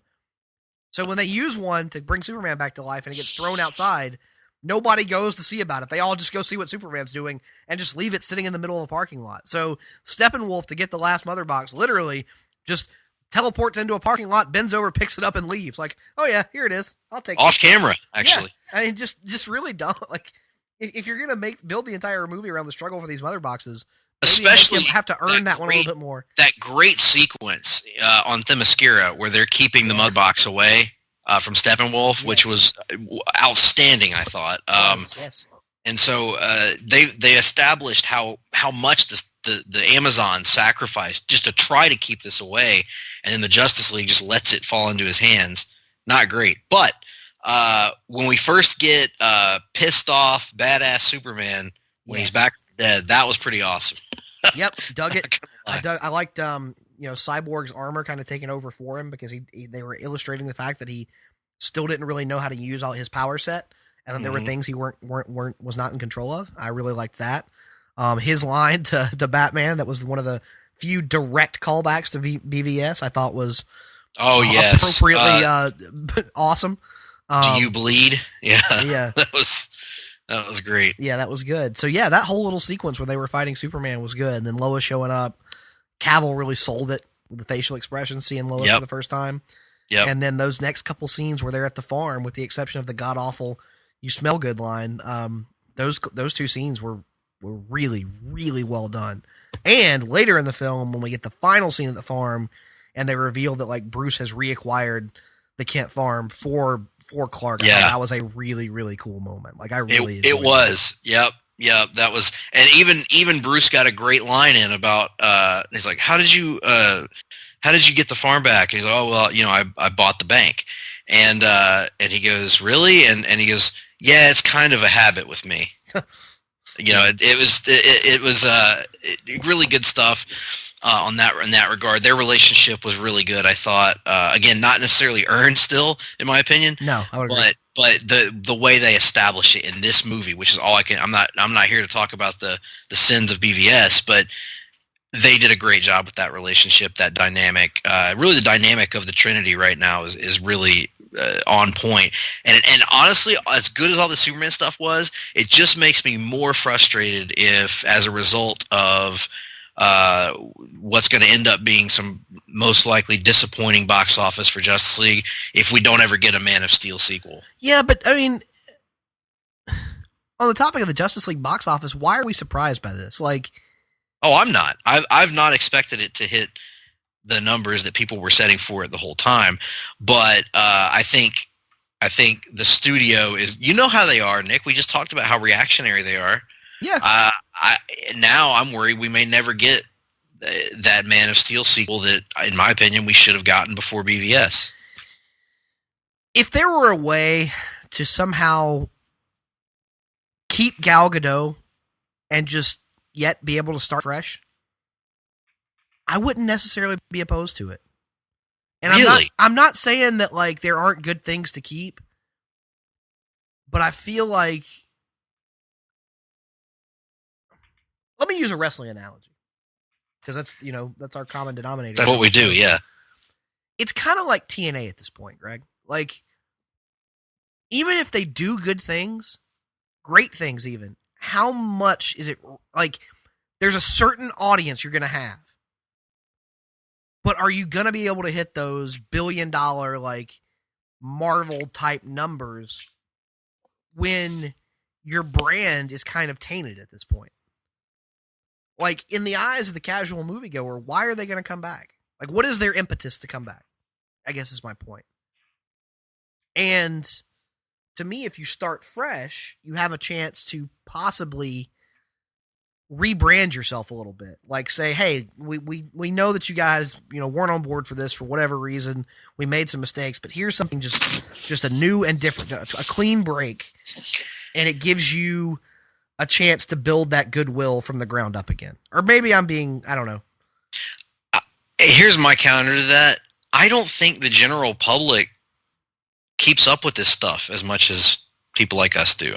I don't think they know that. In other words, I don't think the general public looks at a movie and says, ooh, and goes to a deeper point. As far as general moviegoers, I don't think they look at something and go, ooh, Zack Snyder's directing it, or ooh, Joss Whedon is directing it. No. I think the general moviegoer watches the trailers and says, should I go see this on opening weekend or not? Oh, and they also look at something like BVS and they go, well, I didn't really like that, so why am I going to watch the sequel? Right. Well, and I think to their credit, they haven't really promoted Justice League as a sequel to BVS, which I thought would help, but it's actually done worse numbers than BVS did. And so I don't know that a rebrand would necessarily, especially like, I get where you're coming from, but I think there are things there that work, and there are things there that like I said, there absolutely are. It's just we're going to be going in a backwards direction where we're going to have to deal with a bunch of shitty origin. Well, it's shitty. We're going to have to deal with a bunch of origin movies again, including probably another Superman origin and another Batman origin. Oh, no, wait a minute. A bunch of origin movies. We didn't get that going into this. Right. No, but I'm talking about primarily for Superman and Batman, which will always be the studio's two most characters they're most concerned about. Right. I don't need to see. I know some people don't like it. I love Man of Steel, whatever. Nobody needs to see how Superman came to be Superman again. Agreed. Nobody needs to see how Batman became Batman again. I would agree with that, but I would also argue that part of the failing of this film is the fact that they are trying to introduce Aquaman, Flash, and Cyborg all in one film, and it doesn't have the space to do that. And so even if you don't do origin stories, I still maintain one of the biggest flaws of this entire process was them getting in a hurry and not introducing those characters in their own films, make people care about the characters individually there, so that the focus of this movie can be getting you to care about the League as a whole, rather than having to get you to care about multiple individual characters and the League all in this one thing. Like, I think that in an ideal world, you could have done something where you did an Aquaman movie first. Oh, God, I can't believe I'm saying this. You did a Flash movie first, and so you've got your Batman, Superman, Aquaman, Wonder Woman, Flash, all introduced before you do that. And because this entire movie was built around the plot of the Mother Boxes, you could have easily worked a Cyborg origin into this movie without having to do his own standalone movies. That way you're only really introducing just Cyborg and have him have the the little origin arc in this film and bring the League together, and that would have been so much better to me. But they didn't do that because they got impatient. They saw the money that Marvel was making, and they went for the quick, cheap grab, which has not worked out to this point. No, I agree with all of that, but all that's dealing in hindsight. And now people have seen, for better or worse, Aquaman. They've seen Flash. They've seen Cyborg. Why go back to square one and give them a brand new version of these characters they've just seen? I think, to me, you use this as a building block and you try to course correct from here on out. And again, we talked about this before the movie came out, Nick. This movie was not going to be a good indicator of whatever changes were made as a result of Wonder Woman. I agree with that. I agree with that wholeheartedly. The studio, I don't think agrees with us. That's what I was about to say. Like, you and I can acknowledge that, and rational people can acknowledge that, but the problem is, the only film that is in active production, I think, right now, unless Wonder Woman 2 just started in the last, week or so, which it may have, the only film that's in active production is Aquaman. So everything else is just kind of sitting around. If this underperforms at the box office, underperforms with critics, and is divisive amongst fans, which, to be fair, this one does seem to be trending a little bit more to the positive side with the fan reception. What is the studio going to do? And that is my biggest concern. I think Aquaman is obviously happening, right? I mean, there's no doubt about that. That's too deep in to be out at this point. Wonder Woman 2 clearly happening, right? Right. Whatever they're going to do over the next calendar year, they need to figure out a plan. Because to this point, it has felt like they didn't really have a clear direction. Like, they wanted to do certain things, and they were too quick to just drift with the winds of reaction. No matter they've been reactionary is the word, Nick, because they have been so waiting on critic and fan reception to these films before, because again, and it goes back far deeper, and people, if they really think about this goes back far deeper than the DCEU. This goes back 10, 20 years. Yeah. Warner Brothers has had these characters since, I don't know, the 70s, the 60s, something like that, and they've done nothing with them cinematically because they're scared. They were scared to do it for so long. Okay, they waited and they waited, and they put out Green Lantern, and they were so confident, and they greenlit a sequel, and it flopped, and they hit the brakes and trashed everything. And they did Man of Steel. It did okay. It did the best of all the movies as far as Rotten Tomato scores, other than Wonder Woman. But they were not overly pleased with it. But they said, we have so much faith in Batman versus Superman, it's not going to matter. And I think they were so caught off guard by that, they've just been reacting to everything. Whereas, if you contrast that, and I hate to play the compare and contrast game, if you contrast that with what Marvel did, okay, when they set their movie universe up, they had their plan, right, and they stuck it through. And yes, they were lucky that they got the good reception, and the productions turned out to be great and all that stuff. But they had their plan, and they saw it through, and they didn't use every individual movie as a reason to change course on every subsequent movie, if that makes sense. Right, I completely agree. But the only thing I would disagree with you there is they weren't lucky they got positive reaction. They earned those positive reactions. No, they did. I mean, when you're from a studio perspective, that's not Marvel. That's the filmmakers doing that. Right. The Iron Man could have been a disaster if Jon Favreau had screwed up. Marvel did not have the cash as a studio at that point. That's true. But pretty much post Iron Man, Kevin Feige kind of, and I think that's part of the problem is we still haven't been able to see if Jeff Johns really has the power that we were led to believe he does. Because, like we said, months ago when it was announced, Justice League was too deep in production for him to really do anything about it. We know that he wrote the script of Wonder Woman, and look how great that turned out. Aquaman seemingly was already too deep into production for him to have. I think he's going to have a little bit more of a thumbprint on that one than he did with Justice League. But whatever happens, the biggest disaster, I think, would be Jeff Johns losing his position as the head of DC Film. I don't think that will happen, but we can't really rule anything out when it comes to Warner Brothers, Even beyond that, Nick, my fear is that this creates that their reaction to this is, and this has always been my fear, is that their reaction is to blame the characters and the universe instead of the movies. I think that's what I mean by that is go back to the strategy of Batman equals money, and Right now they got a cash cow with Wonder Woman now. Mm-hmm.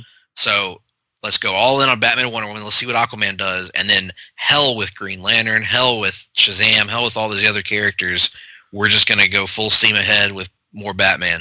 Yeah, and that's a legit concern. However, I think the difference here is it seems like, fair or unfair, I think from a creative standpoint, there is going to be a clear scapegoat in all of this, and it's already started. I think Zack Snyder is going to wind up having to take the fall for the last 2 years of the DCEU, you know?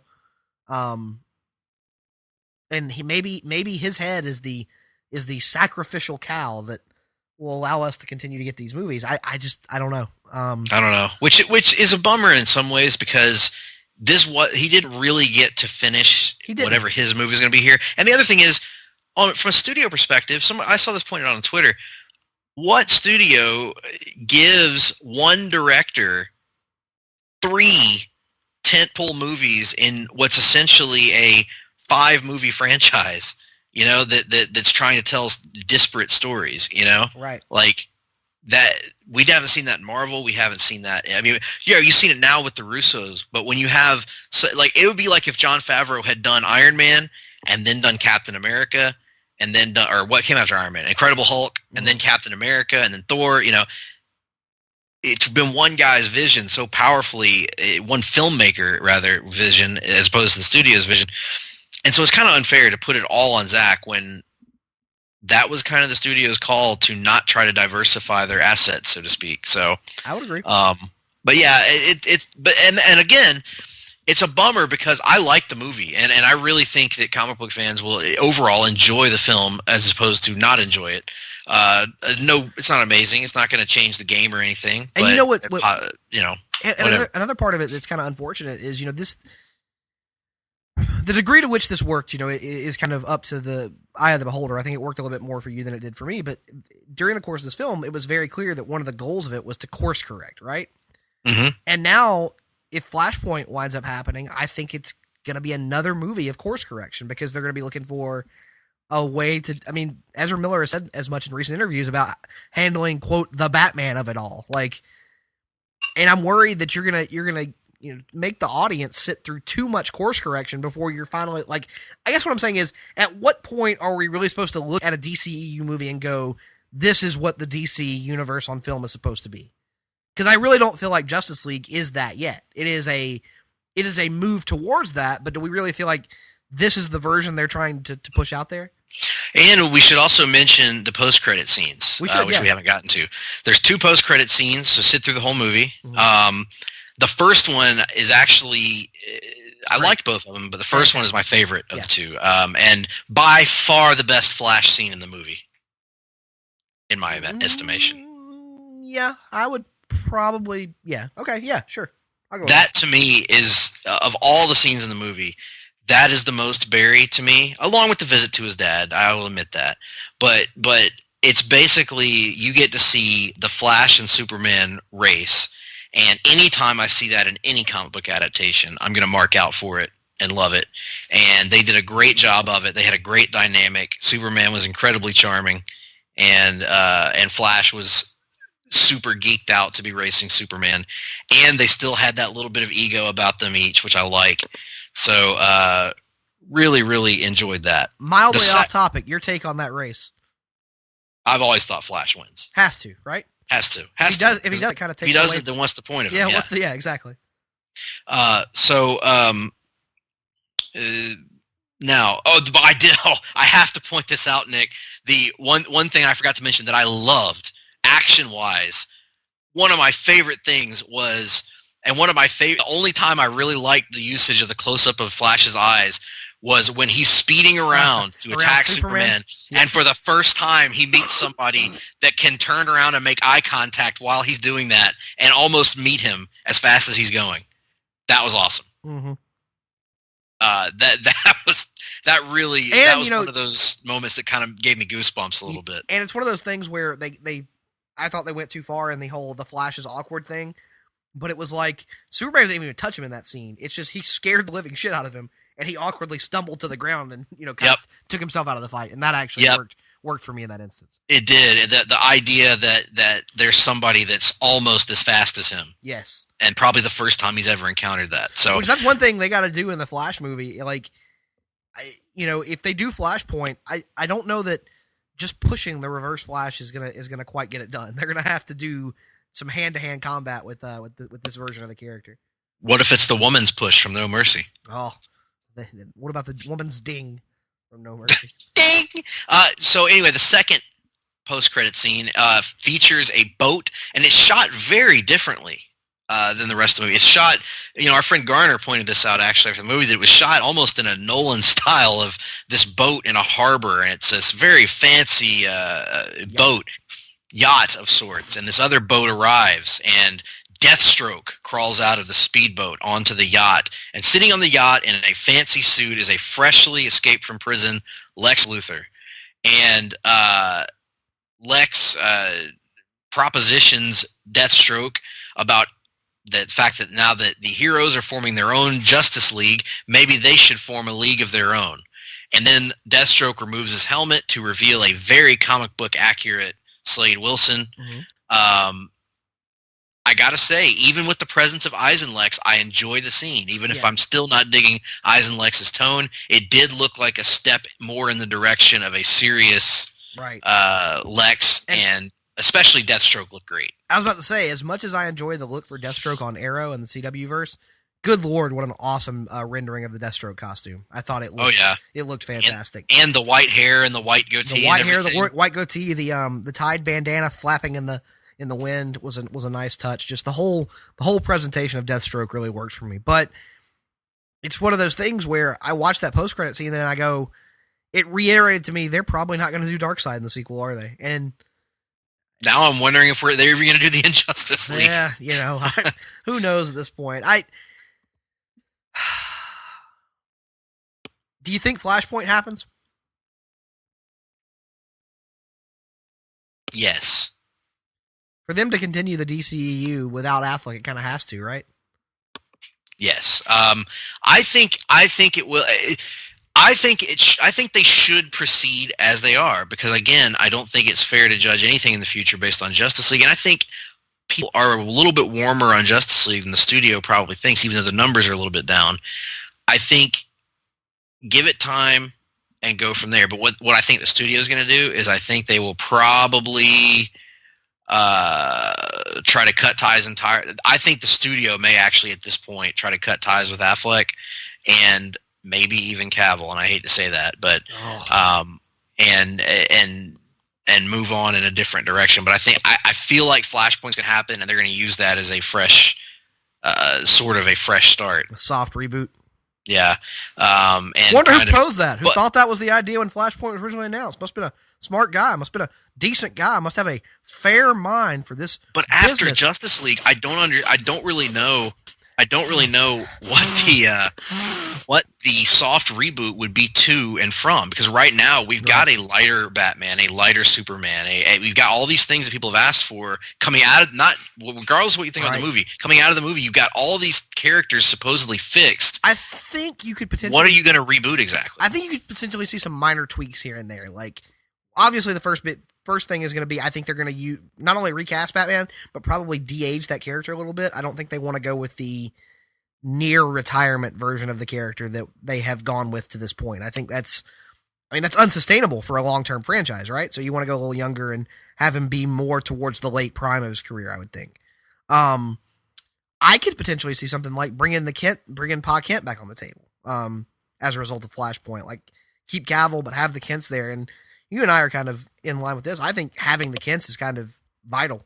I think it helps to further separate him from Bruce, but that's neither here nor there. I see some minor tweaks to, one thing that was rumored coming into this movie, but it didn't really wind up coming off to me that way is, didn't we read somewhere at one point they had retconned out Wonder Woman shutting herself off from mankind or whatever after the events of her film? Yeah, Gal Gadot was talking about that in a press conference. But it didn't come off like that in the film. No, they made reference to it. So I could see in Flashpoint them actually, I think there are some minor tweaks here and there, but obviously the biggest one is going to be the approach to Batman and how they handle that. And they could kind of even maybe retcon the entire nature of the Batman-Superman relationship. Like, have it to be where, yes, Superman still died, but Batman didn't play as dickish and antagonistic a role in that as he did in BVS.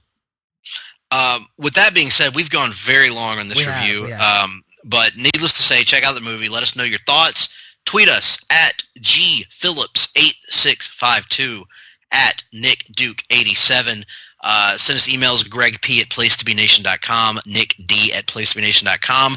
Join us on the Place to Be Nation Comics Facebook page, or you can offer discuss comments as well, discuss comments, however you pronounce that thing, and on placetobenation.com. Hey, Greg, you mind if we call an audible here in the middle of the show?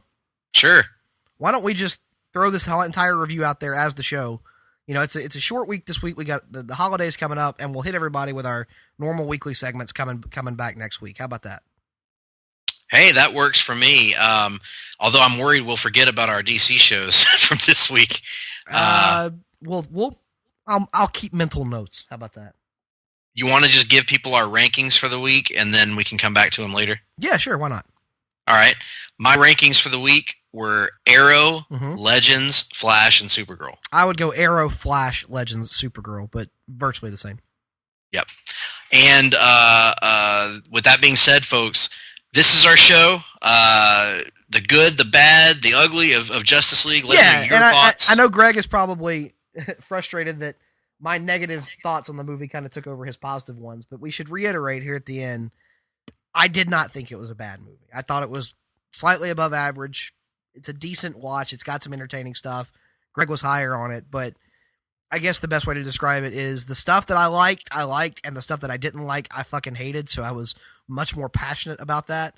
But overall, there's still enough there to warrant, I would say, a watch. Yeah, you went 5-5, I went 6-5. Right. So we're not huge off on this one. Right. So I just think there were different things that caught our passion throughout the film. Absolutely. And I will acknowledge, by the way, that my 6-5 is heavily weighted on me being a DC Comics hardcore fan. And I hate to keep artificially extending out the show, but I want to bring this up because I had asked Danielle, my wife, actually asked me this question after we got out of the theater, and I want to see what your take is on it, because I was like, I tried to give her the best explanation I could DC my way into anyway. The closing sequence of the film, when Steppenwolf it seems like he is seeking to use the mother boxes to terraform the Earth into a new apocalypse. Is that what we're supposed to take out of that? Right. Turn it into what, as they said on the show or on the movie, he's trying to turn it into an approximation of his home world. So he's going to terraform it into a new apocalypse, essentially. Yeah. So there's weird things like growing out of the ground everywhere, and all that's fine, well and good. What she asked me, she's like, so why, whenever he was defeated, did all those things suddenly turning into like weird flowers and trees from alien planets? I cannot answer that question for you. I couldn't either. The best I could come up with, I was like, I believe that the intention was it for it to be that, like, without the influence of the mother boxes, it was no longer the warped, twisted, landscape of Apocalypse, and it was allowed to grow into something new, probably something beautiful, something closer approximating New Genesis. Right. That's that. There, I think you hit upon it. I think it was supposed to represent the difference in New Genesis and Apocalypse. But I was like, and I told her, I was like, but you have to really know DC Comics to even work that out in your head. If you're a casual moviegoer, that probably made no sense, I would imagine. Well, absolutely. And there's a lot about as a movie, there's a lot of issues with this. A lot in terms of editing, pacing, all kinds of issues, writing, etc. But I think from a comic book fan perspective, which is mainly what our show is aimed at, hard to you'll enjoy it, I think. And I think we both enjoyed ourselves, I think. So that's that's what you can ask for. I do think that it's a step in the right direction. A Steppenwolf in the right direction? No, not a Steppenwolf nor a Flash step in the right direction. Just a step in the right direction. And I am hopeful that, I just hope the studio can find it in their hearts to give this another shot, and maybe we can finally get a version of the DC universe on film that is closer to what we all really love and want. But we'll have to. Only time will tell in that regard. Last thing before we go, assemble your. So, how many members are there of the Justice League right now? 6, 7, 6. Okay, 6. Even though the Unite the Seven thing was the ad campaign, but I thought Unite the Seven was just the Aquaman poster, and I took that as Unite the Seven Seas. The 7 Seas. Okay, well maybe so. So who is the Injustice League? Lex, Deathstroke, and who else is in it? Okay, now wait a minute. Now, so are we assuming that the League stays at 6, or are we expanding? Like you would think they left room for more, so they did, and you would think a Green Lantern of some sort would probably be on the team. You would hope, right? You would hope. All right. So, I mean, what are my parameters here? I'm guessing you have to have 6 members of the Injustice League, maybe 7 if you want to expand it to that. Okay. So we have to count Lex and Deathstroke. They're in, right? Mm-hmm. Right. Black Manta would be my suggestion for Aquaman's counterpoint. Yeah, Black Manta's got to be in there. I think Captain Cold has to be in there. That's 4. I'm gonna go. I'm gonna go. Cheetah for Wonder Woman. Okay, that makes sense. And so, who have you got left? I've got Flash. I've got Aquaman. I've got. You assume Deathstroke is a Batman villain in this scenario. Yeah. I guess Cyborg would be Cyborg. Oh God. Unless you count Deathstroke as a cyborg. And as just a general DC villain, yeah. Okay. So Lex, Deathstroke, Cheetah, Black Manta, Captain Cold.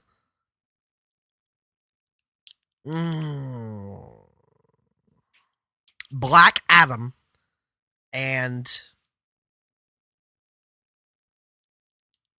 Hector Hammond. Ooh, Hector Hammond.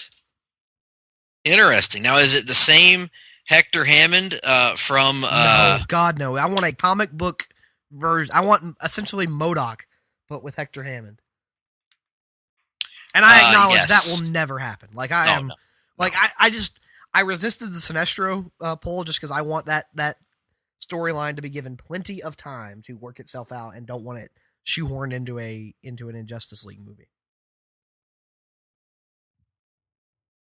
Very good, very good. I can see all that working out and being very interesting. But that being said, let's see where it all goes. And what are yours? You didn't give yours. Oh yeah, all right. Well, let's see. Okay, obviously Lex, Deathstroke, Black Manta, Cheetah. I love that pull. Oh gosh, let's see. So who else do we have? We have Flash. I am going to say Gorilla Grodd for the Flash. Interesting. And then for the oh gosh, the other you know what? Let's pull in Grid. Let's do a version of Grid. Okay. And then if we have a Green Lantern that comes in as a counterpoint to the Green Lantern, let me go with let me think here. I mean, Hammond would work. I'm trying to think of a different one that could be utilized in that context. It isn't like an alien creature of some kind. Snowflame? Yes, I feel like cocaine being brought into the DCEU would be what it's been missing. That's what they need to do is Warner Brothers and Fox need to get together and do a Deadpool versus Snowflame movie where they fight over massive mounds of cocaine. Mounds of cocaine. I could totally see that. You know what? What about I've already lost it. I had it. What about someone like Sonar? Like an off the grid, just not well-known villain necessarily, but one that you could tie in and maybe build them up a little bit. Yeah, Sonar could definitely work. You do King Shark, you could do there's so many different things they the version of Black the version of Black Hand that tickles the nose with the perfume. The nose of the people with perfume, and you tickle them. If you're going to add another member to the League in the next movie that is not Green Lantern, who is it? Shazam. Shazam. Yep. I'd go Martian Manhunter myself. I think that. Oh, that's good too. Yeah, that makes sense. Yep. You could easily do that, and I also think there's a lot of potential in a DCEU version of Green Arrow as well, having another a very different rich billionaire to bounce conflicts off of Batman would be an interesting thing to see. Especially if they went in a complete opposite direction of the TV show and went with a really obnoxious activist Green Arrow. Yeah, I mean, if you he's just constantly rubbing rubbing everybody else the wrong way by telling them all the things they're doing wrong. Basically, do the Denny O'Neil version of Green Arrow, where it's just like all you people are wrong and I'm right, and all of you are stupid because you have different viewpoints than mine. Like it would be awesome. And that could set us up for a situation where we could get the immortal, you've done a lot for the Green Man and a lot for the Purple Man, and you've done considerable for the Blue Man scene. Hey, we're talking about Green Lantern. I know we keep extending the show, but we didn't even talk about the... Oh my God, Nick. I'm so glad you mentioned that because it's such a small part. I had a lot of negative things to say. I admit it. I have said a lot of negative things. Those Green Lanterns in the flashback scene were fucking awesome. Oh my God, I know. Like, and it is such a little thing, Nick, and maybe you'll understand what I'm talking about.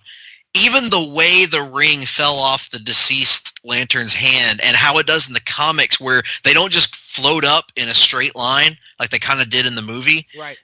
And they're zipping around in all these weird directions like Darkseid's Omega beams, and they're flying around Steppenwolf's head, and it's zipping up into the sky. Right. It was awesome. The only way it could have been a little bit better, and I think you'll know what I'm talking about, is so the alien that gets killed in that flashback scene is like it's a big creature.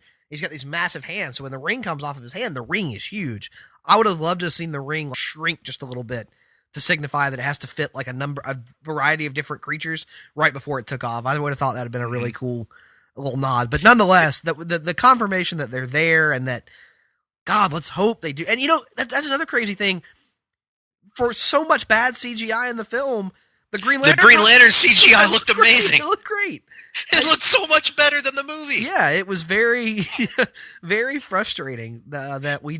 To show you how great that scene was, Nick, I've read online that apparently there was a Hawkman appearance in that scene, and I didn't even notice it. Hawkman? I didn't see it either. Apparently there was like some kind of like Thanagarian creature that was shown there in that flashback sequence, and I missed it completely. Now let me tell you what I did read today, and it comes from Reddit, so you have to kind of take it with a grain of salt. But apparently there was a Reddit poster who claimed to have been a visual effects artist on both BVS and Wonder Woman and partway through the production of Justice League before departing the production.